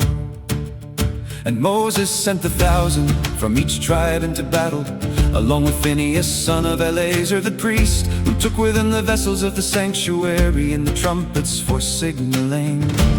Then they waged war against Midian, as the Lord had commanded Moses, and they killed every male. Among the slain were Evi, Rechem, Zorher, and Reba, the 5 kings of Midian. They also killed Balaam, son of Beor, with the sword. The Israelites captured the Midianite women and their children, and they plundered all their herds, flocks, and goods. Then they burned all the cities where the Midianites had lived, as well as all their encampments, and carried away all the plunder and spoils, both people and animals. They brought the captives, spoils, and plunder to Moses, to Eleazar the priest, and to the congregation of Israel, at the camp on the plains of Moab, by the Jordan across from Jericho. And Moses, Eleazar the priest, and all the leaders of the congregation went to meet them outside the camp. But Moses was angry with the officers of the army, the commanders of thousands and commanders of hundreds, who were returning from the battle. "Have you spared all the women?" he asked them. "Look, these women caused the sons of Israel, through the counsel of Balaam, to turn unfaithfully against the Lord at Peor, so that the plague struck the congregation of the Lord.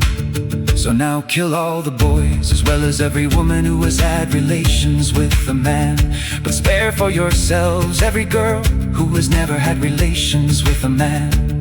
All of you who have killed a person or touched the dead are to remain outside the camp for 7 days. On the 3rd day and the 7th day, you are to purify both yourselves and your captives, and purify every garment and leather good, everything made of goat's hair, and every article of wood." Then Eleazar the priest said to the soldiers who had gone into battle, "This is the statute of the law, which the Lord has commanded Moses. Only the gold, silver, bronze, iron, tin, and lead, everything that can withstand the fire, must be put through the fire, and it will be clean. But it must still be purified with the water of purification, and everything that cannot withstand the fire must pass through the water. On the 7th day you are to wash your clothes, and you will be clean. After that you may enter the camp." The Lord said to Moses, "You and Eleazar the priest, and the family heads of the congregation are to take account of what was captured, both of man and beast. Then divide the captives between the troops who went out to battle, and the rest of the congregation. Set aside a tribute for the Lord from what belongs to the soldiers who went into battle. 1 out of every 500, whether persons, cattle, donkeys, or sheep. Take it from their half and give it to Eleazar the priest as an offering to the Lord from the Israelites' half. Take 1 out of every 50, whether persons, cattle, donkeys, sheep, or other animals, and give them to the Levites who keep charge of the tabernacle of the Lord."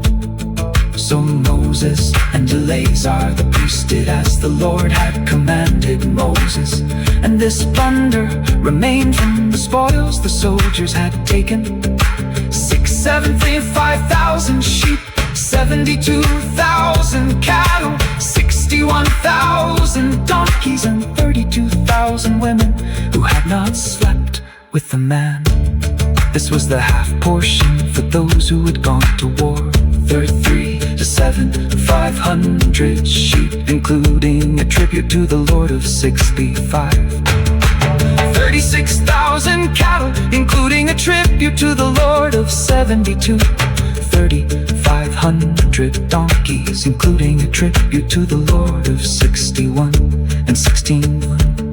And Moses gave the tribute to Eleazar the priest as an offering for the Lord, as the Lord had commanded Moses. From the Israelites half which Moses had set apart from the men who had gone to war, this half belonged to the congregation. 335 and 500 sheep, 36,000 cattle, 3,500 donkeys, and 16,000 people. From the Israelites half, Moses took one out of every 50 persons and animals, and gave them to the Levites who kept charge of the tabernacle of the Lord, as the Lord had commanded him. Then the officers who were over the units of the army, the commanders of thousands and of hundreds, approached Moses and said, "Your servants have counted the soldiers under our command, and not one of us is missing. So we have brought to the Lord an offering of the gold articles each man acquired, armlets, bracelets, rings, earrings, and necklaces, to make atonement for ourselves before the Lord." So Moses and Eleazar the priest received from them all the articles made out of gold, all the gold that the commanders of thousands and of hundreds presented as an offering to the Lord weighed 16,750 shekels. Each of the soldiers had taken plunder for himself. And Moses and Eleazar the priest received the gold from the commanders of thousands and of hundreds, and brought it into the tent of meeting as a memorial for the Israelites before the Lord.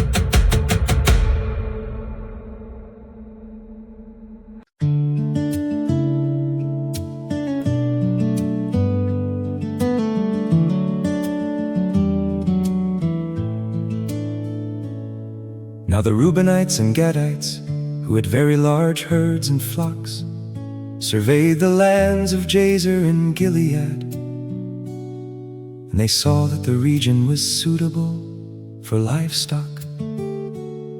So the Gadites and Reubenites came to Moses, Eleazar the priest, and the leaders of the congregation, and said, "Ataroth, Dibon, Jazer, Nimrah, Heshbon, Elealeh, Sebam, Nebo, and Beon, which the Lord conquered before the congregation of Israel, are suitable for livestock, and your servants have livestock.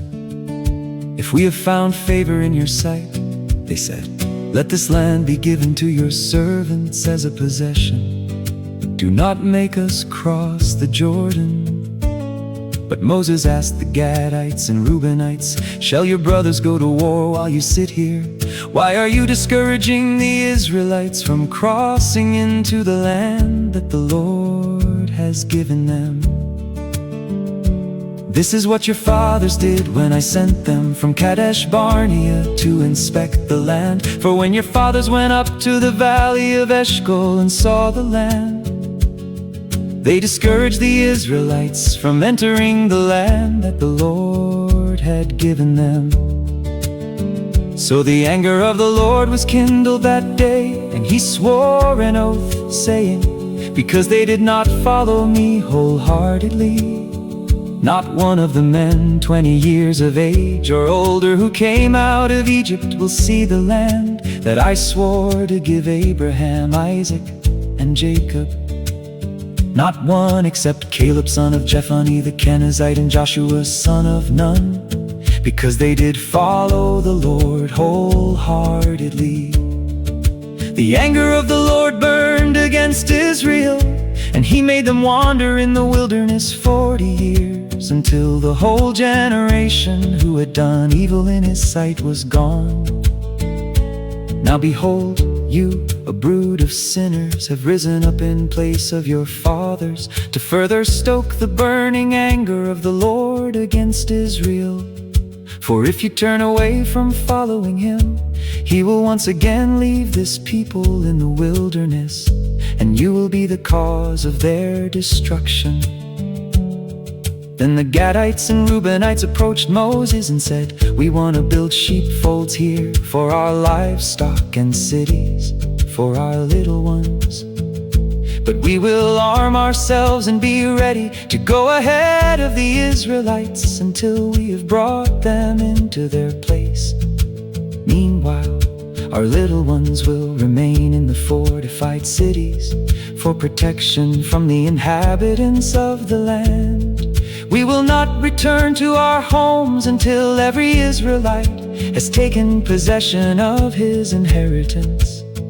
Yet we will not have an inheritance with them across the Jordan and beyond, because our inheritance has come to us on the east side of the Jordan. Moses replied, "If you will do this, if you will arm yourselves before the Lord for battle, and if every one of your armed men crosses the Jordan before the Lord, until he has driven his enemies out before him, then when the land is subdued before the Lord, you may return and be free of obligation to the Lord and to Israel. And this land will belong to you as a possession before the Lord. But if you do not do this, you will certainly sin against the Lord. And be assured that your sin will find you out. Build cities for your little ones and folds for your flocks, but do what you have promised." The Gadites and Reubenites said to Moses, "Your servants will do just as our Lord commands. Our children, our wives, our livestock, and all our animals will remain here in the cities of Gilead. But your servants are equipped for war, and every man will cross over to the battle before the Lord, just as our Lord says." So Moses gave orders about them to Eleazar the priest, to Joshua son of Nun, and to the family leaders of the tribes of Israel. And Moses said to them, "If the Gadites and Reubenites cross the Jordan with you, with every man armed for battle before the Lord, and the land is subdued before you, then you are to give them the land of Gilead as a possession. But if they do not arm themselves and go across with you, then they must accept their possession among you in the land of Canaan." The Gadites and Reubenites replied, "As the Lord has spoken to your servants, so we will do. We will cross over into the land of Canaan armed before the Lord, that we may have our inheritance on this side of the Jordan." So Moses gave to the Gadites, to the Reubenites, and to the half-tribe of Manasseh son of Joseph, the kingdom of Sihon king of the Amorites, and the kingdom of Og king of Bashan, the land including its cities, and the territory surrounding them.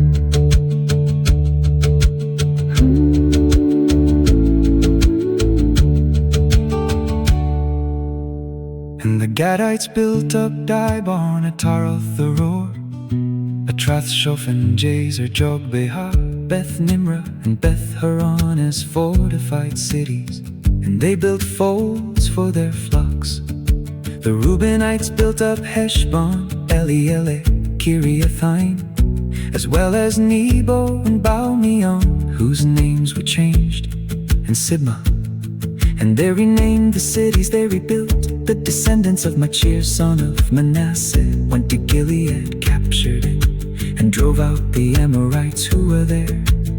So Moses gave Gilead to the clan of Machir son of Manasseh, and they settled there. Jer, a descendant of Manasseh, went and captured their villages and called them Havojer.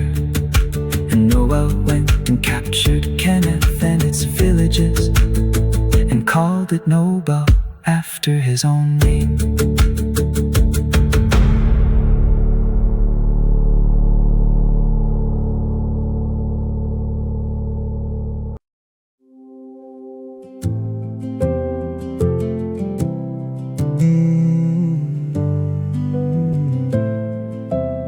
These are the journeys of the Israelites when they came out of the land of Egypt by their divisions under the leadership of Moses and Aaron.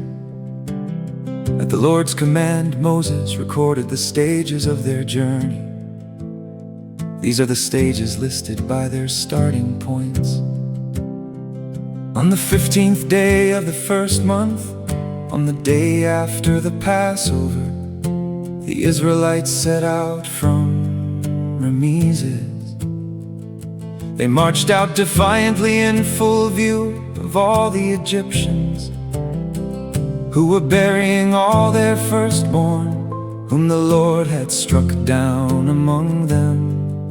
For the Lord had executed judgment against their gods. The Israelites set out from Rameses and camped at Succoth. They set out from Succoth and camped at Etham, on the edge of the wilderness. They set out from Etham and turned back to Pi-hahiroth opposite Baal-zephon, and they camped near Migdol. They set out from Pi-hahiroth and crossed through the sea into the wilderness, and they journeyed 3 days into the wilderness of Etham and camped at Marah. They set out from Marah and came to Elim, where there were 12 springs and 70 palm trees, and they camped there. They set out from Elim and camped by the Red Sea. They set out from the Red Sea and camped in the desert of Sin. They set out from the desert of Sin and camped at Dophkah. They set out from Dophkah and camped at Alush. They set out from Alush and camped at Rephidim, where there was no water for the people to drink. They set out from Rephidim and camped in the wilderness of Sinai. They set out from the wilderness of Sinai and camped at Kibroth Hattava. They set out from Kibroth Hattava and camped at Hazeroth. They set out from Hazeroth and camped at Rithmah. They set out from Rithmah and camped at Rimmon Perez. They set out from Rimmon Perez and camped at Libnah. They set out from Libnah and camped at Rissah. They set out from Rissah and camped at Kehelatha. They set out from Kehelatha and camped at Mount Shepherd. They set out from Mount Shepherd and camped at Harada. They set out from Harada and camped at Makheloth. They set out from Makheloth and camped at Tahath. They set out from Tahath and camped at Terah. They set out from Terah and camped at Mithkah. They set out from Mithkah and camped at Hashmonah. They set out from Hashmonah and camped at Muzeroth. They set out from Muzeroth and camped at Ben-Jaakan. They set out from Ben-Jaakan and camped at Hor-Haggidgad. They set out from Hor-Haggidgad and camped at Jotbatha. They set out from Jotbatha and camped at Abrona. They set out from Abrona and camped at Ezion-Geber. They set out from Ezion-Geber and camped at Kadesh in the wilderness of Zin. They set out from Kadesh and camped at Mount Hor, on the outskirts of the land of Edom. At the Lord's command, Aaron the priest climbed Mount Hor and died there on the 1st day of the 5th month, in the 40th year after the Israelites had come out of the land of Egypt. Aaron was 3 years old when he died on Mount Hor. Now the Canaanite king of Arad, who lived in the Negev in the land of Canaan, heard that the Israelites were coming, and the Israelites set out from Mount Hor and camped at Zalmonah. They set out from Zalmonah and camped at Punon. They set out from Punon and camped at Oboth. They set out from Oboth and camped at Ayabarim on the border of Moab. They set out from Mayin and camped at Dibon-Gad. They set out from Dibon-Gad and camped at Almon-Diblathaim. They set out from Almon-Diblathaim and camped in the mountains of Abarim facing Nebo. They set out from the mountains of Abarim and camped on the plains of Moab by the Jordan across from Jericho.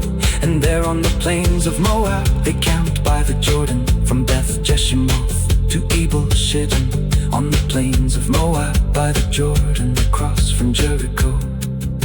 The Lord said to Moses, "Speak to the Israelites and tell them, when you cross the Jordan into the land of Canaan, you must drive out before you all the inhabitants of the land, destroy all their carved images, and cast idols, and demolish all their high places. You are to take possession of the land and settle in. For I have given you the land to possess, and you are to divide the land by lot according to your clans. Give a larger inheritance to a larger clan, and smaller inheritance to a smaller one. Whatever falls to each one by lot will be his. You will receive an inheritance according to the tribes of your fathers. But if you do not drive out the inhabitants of the land before you, those you allow to remain will become barbs in your eyes and thorns in your sides. They will harass you in the land where you settle, and then I will do to you what I had planned to do to them.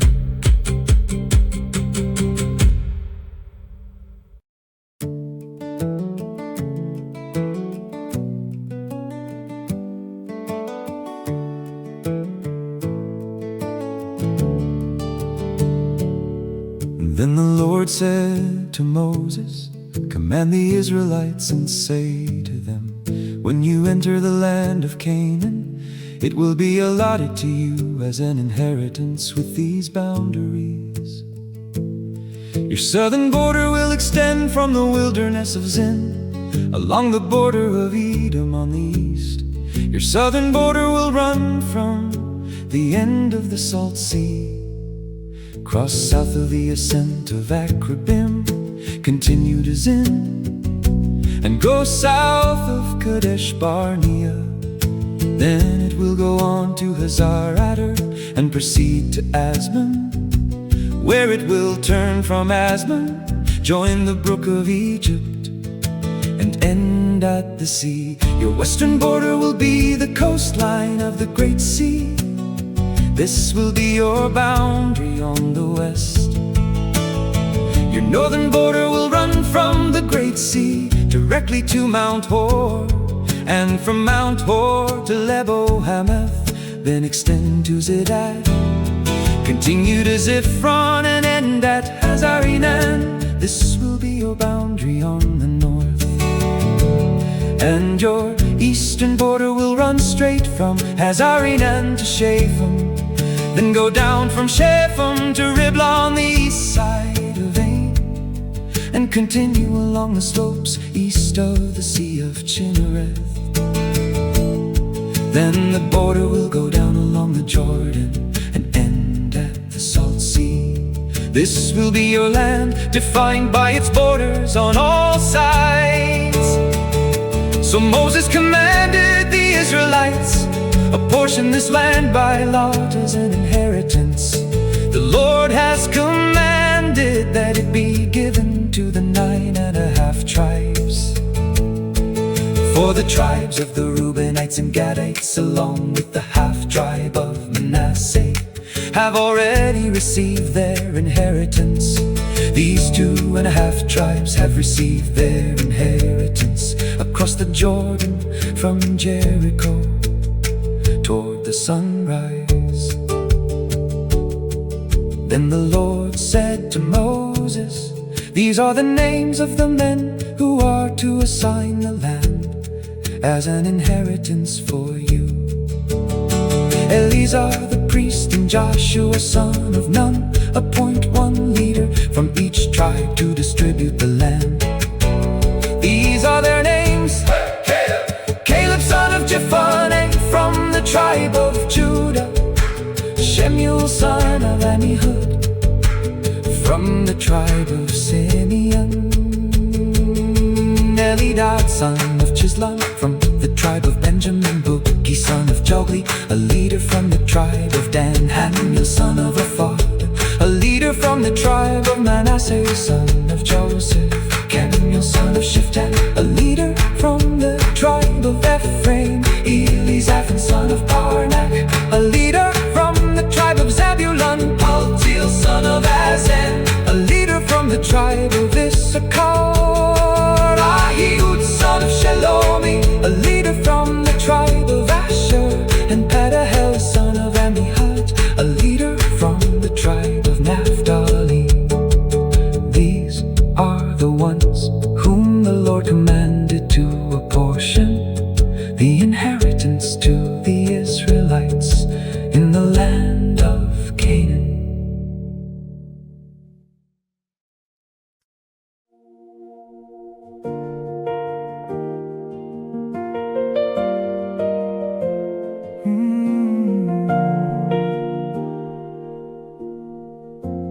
Again the Lord spoke to Moses on the plains of Moab by the Jordan across from Jericho.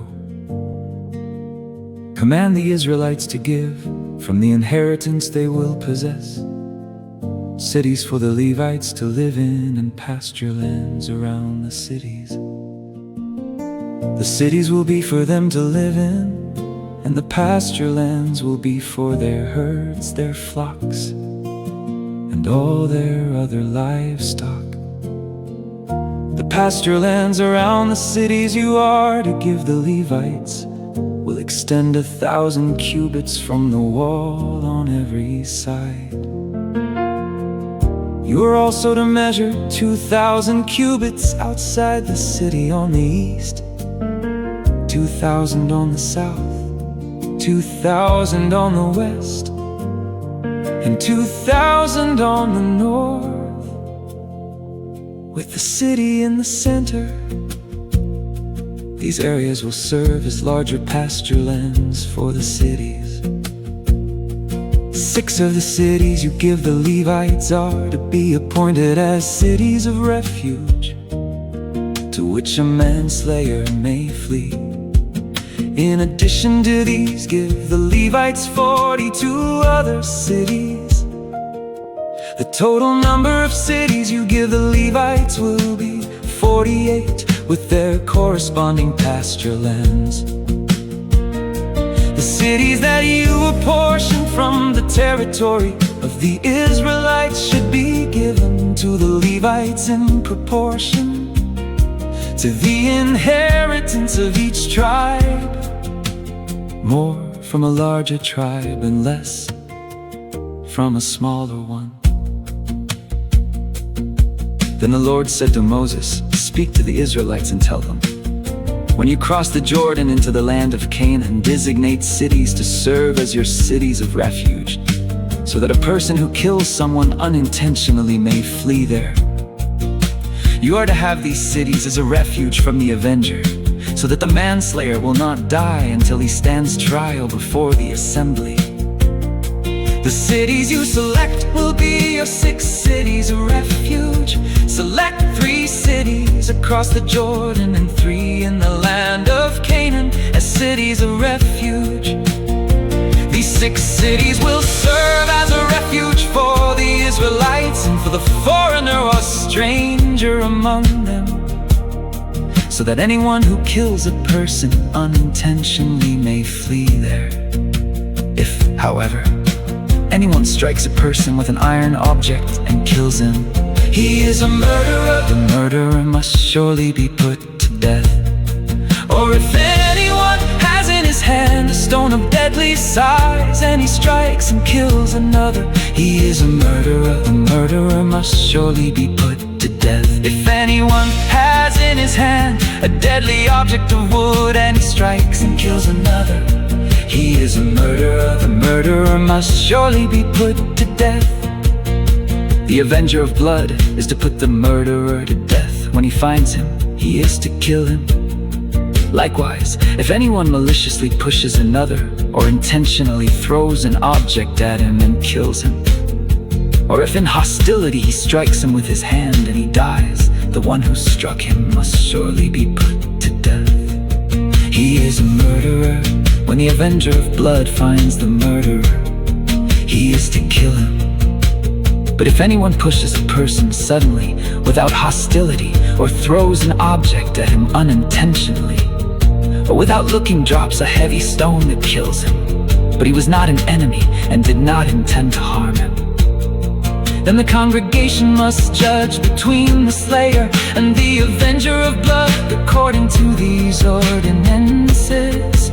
The assembly is to protect the manslayer from the hand of the avenger of blood. Then the assembly will return him to the city of refuge to which he fled, and he must live there until the death of the high priest, who was anointed with the holy oil. But if the manslayer ever goes outside the limits of the city of refuge to which he fled, and the avenger of blood finds him outside of the city of refuge and kills him, and the avenger will not be guilty of blood bloodshed, because the manslayer must remain in a city of refuge until the death of the high priest. Only after the death of the high priest may he return to the land he owns. This will be a statutory ordinance for you for the generations to come, wherever you live. If anyone kills a person, the murderer is to be put to death on the testimony of the witnesses. But no one is to be put to death based on the testimony of a lone witness. You are not to accept a ransom for the life of a murderer who deserves to die. He must surely be put to death. Nor should you accept a ransom for the person who flees to a city of refuge and allow him to return and live on his own land before the death of the high priest.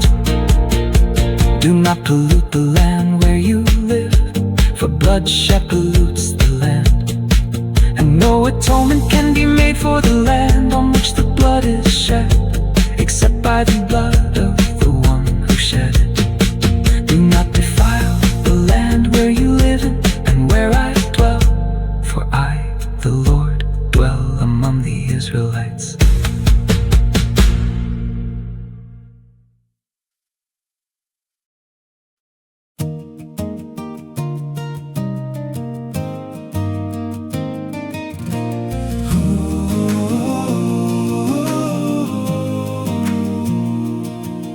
Now the family heads of the clan of Gilead, son of Machir, son of Manasseh, one of the clans of Joseph, approached Moses and the leaders who were the heads of the Israelite families, and addressed them, saying, when the Lord commanded my Lord to give the land as an inheritance to the Israelites by lot, He also commanded him to give the inheritance of our brother Zelophehad to his daughters. But if they marry any of the men from the other tribes of Israel, their inheritance will be withdrawn from the portion of our fathers and added to the tribe into which they marry. So our allotted inheritance would be taken away.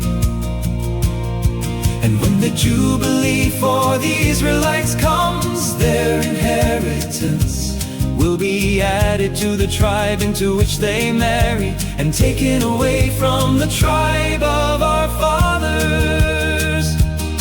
So at the word of the Lord, Moses commanded the Israelites. The tribe of the sons of Joseph speaks correctly.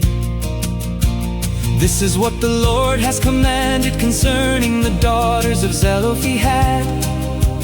They may marry anyone they please, provided they marry within a clan of the tribe of their father. No inheritance in Israel may be transferred from tribe to tribe, because each of the Israelites is to retain the inheritance of the tribe of his fathers. Every daughter who possesses an inheritance from any Israelite tribe must marry within a clan of the tribe of her father, so that every Israelite will possess the inheritance of his fathers. No inheritance may be transferred from one tribe to another, for each tribe of Israel must retain its inheritance. So the daughters of Zelophehad did as the Lord had commanded Moses. Mahlah, Tirzah, Hoglah, Milcah, and Noah. The daughters of Zelophehad were married to cousins on their father's side. They married within the clans of the descendants of Manasseh, son of Joseph,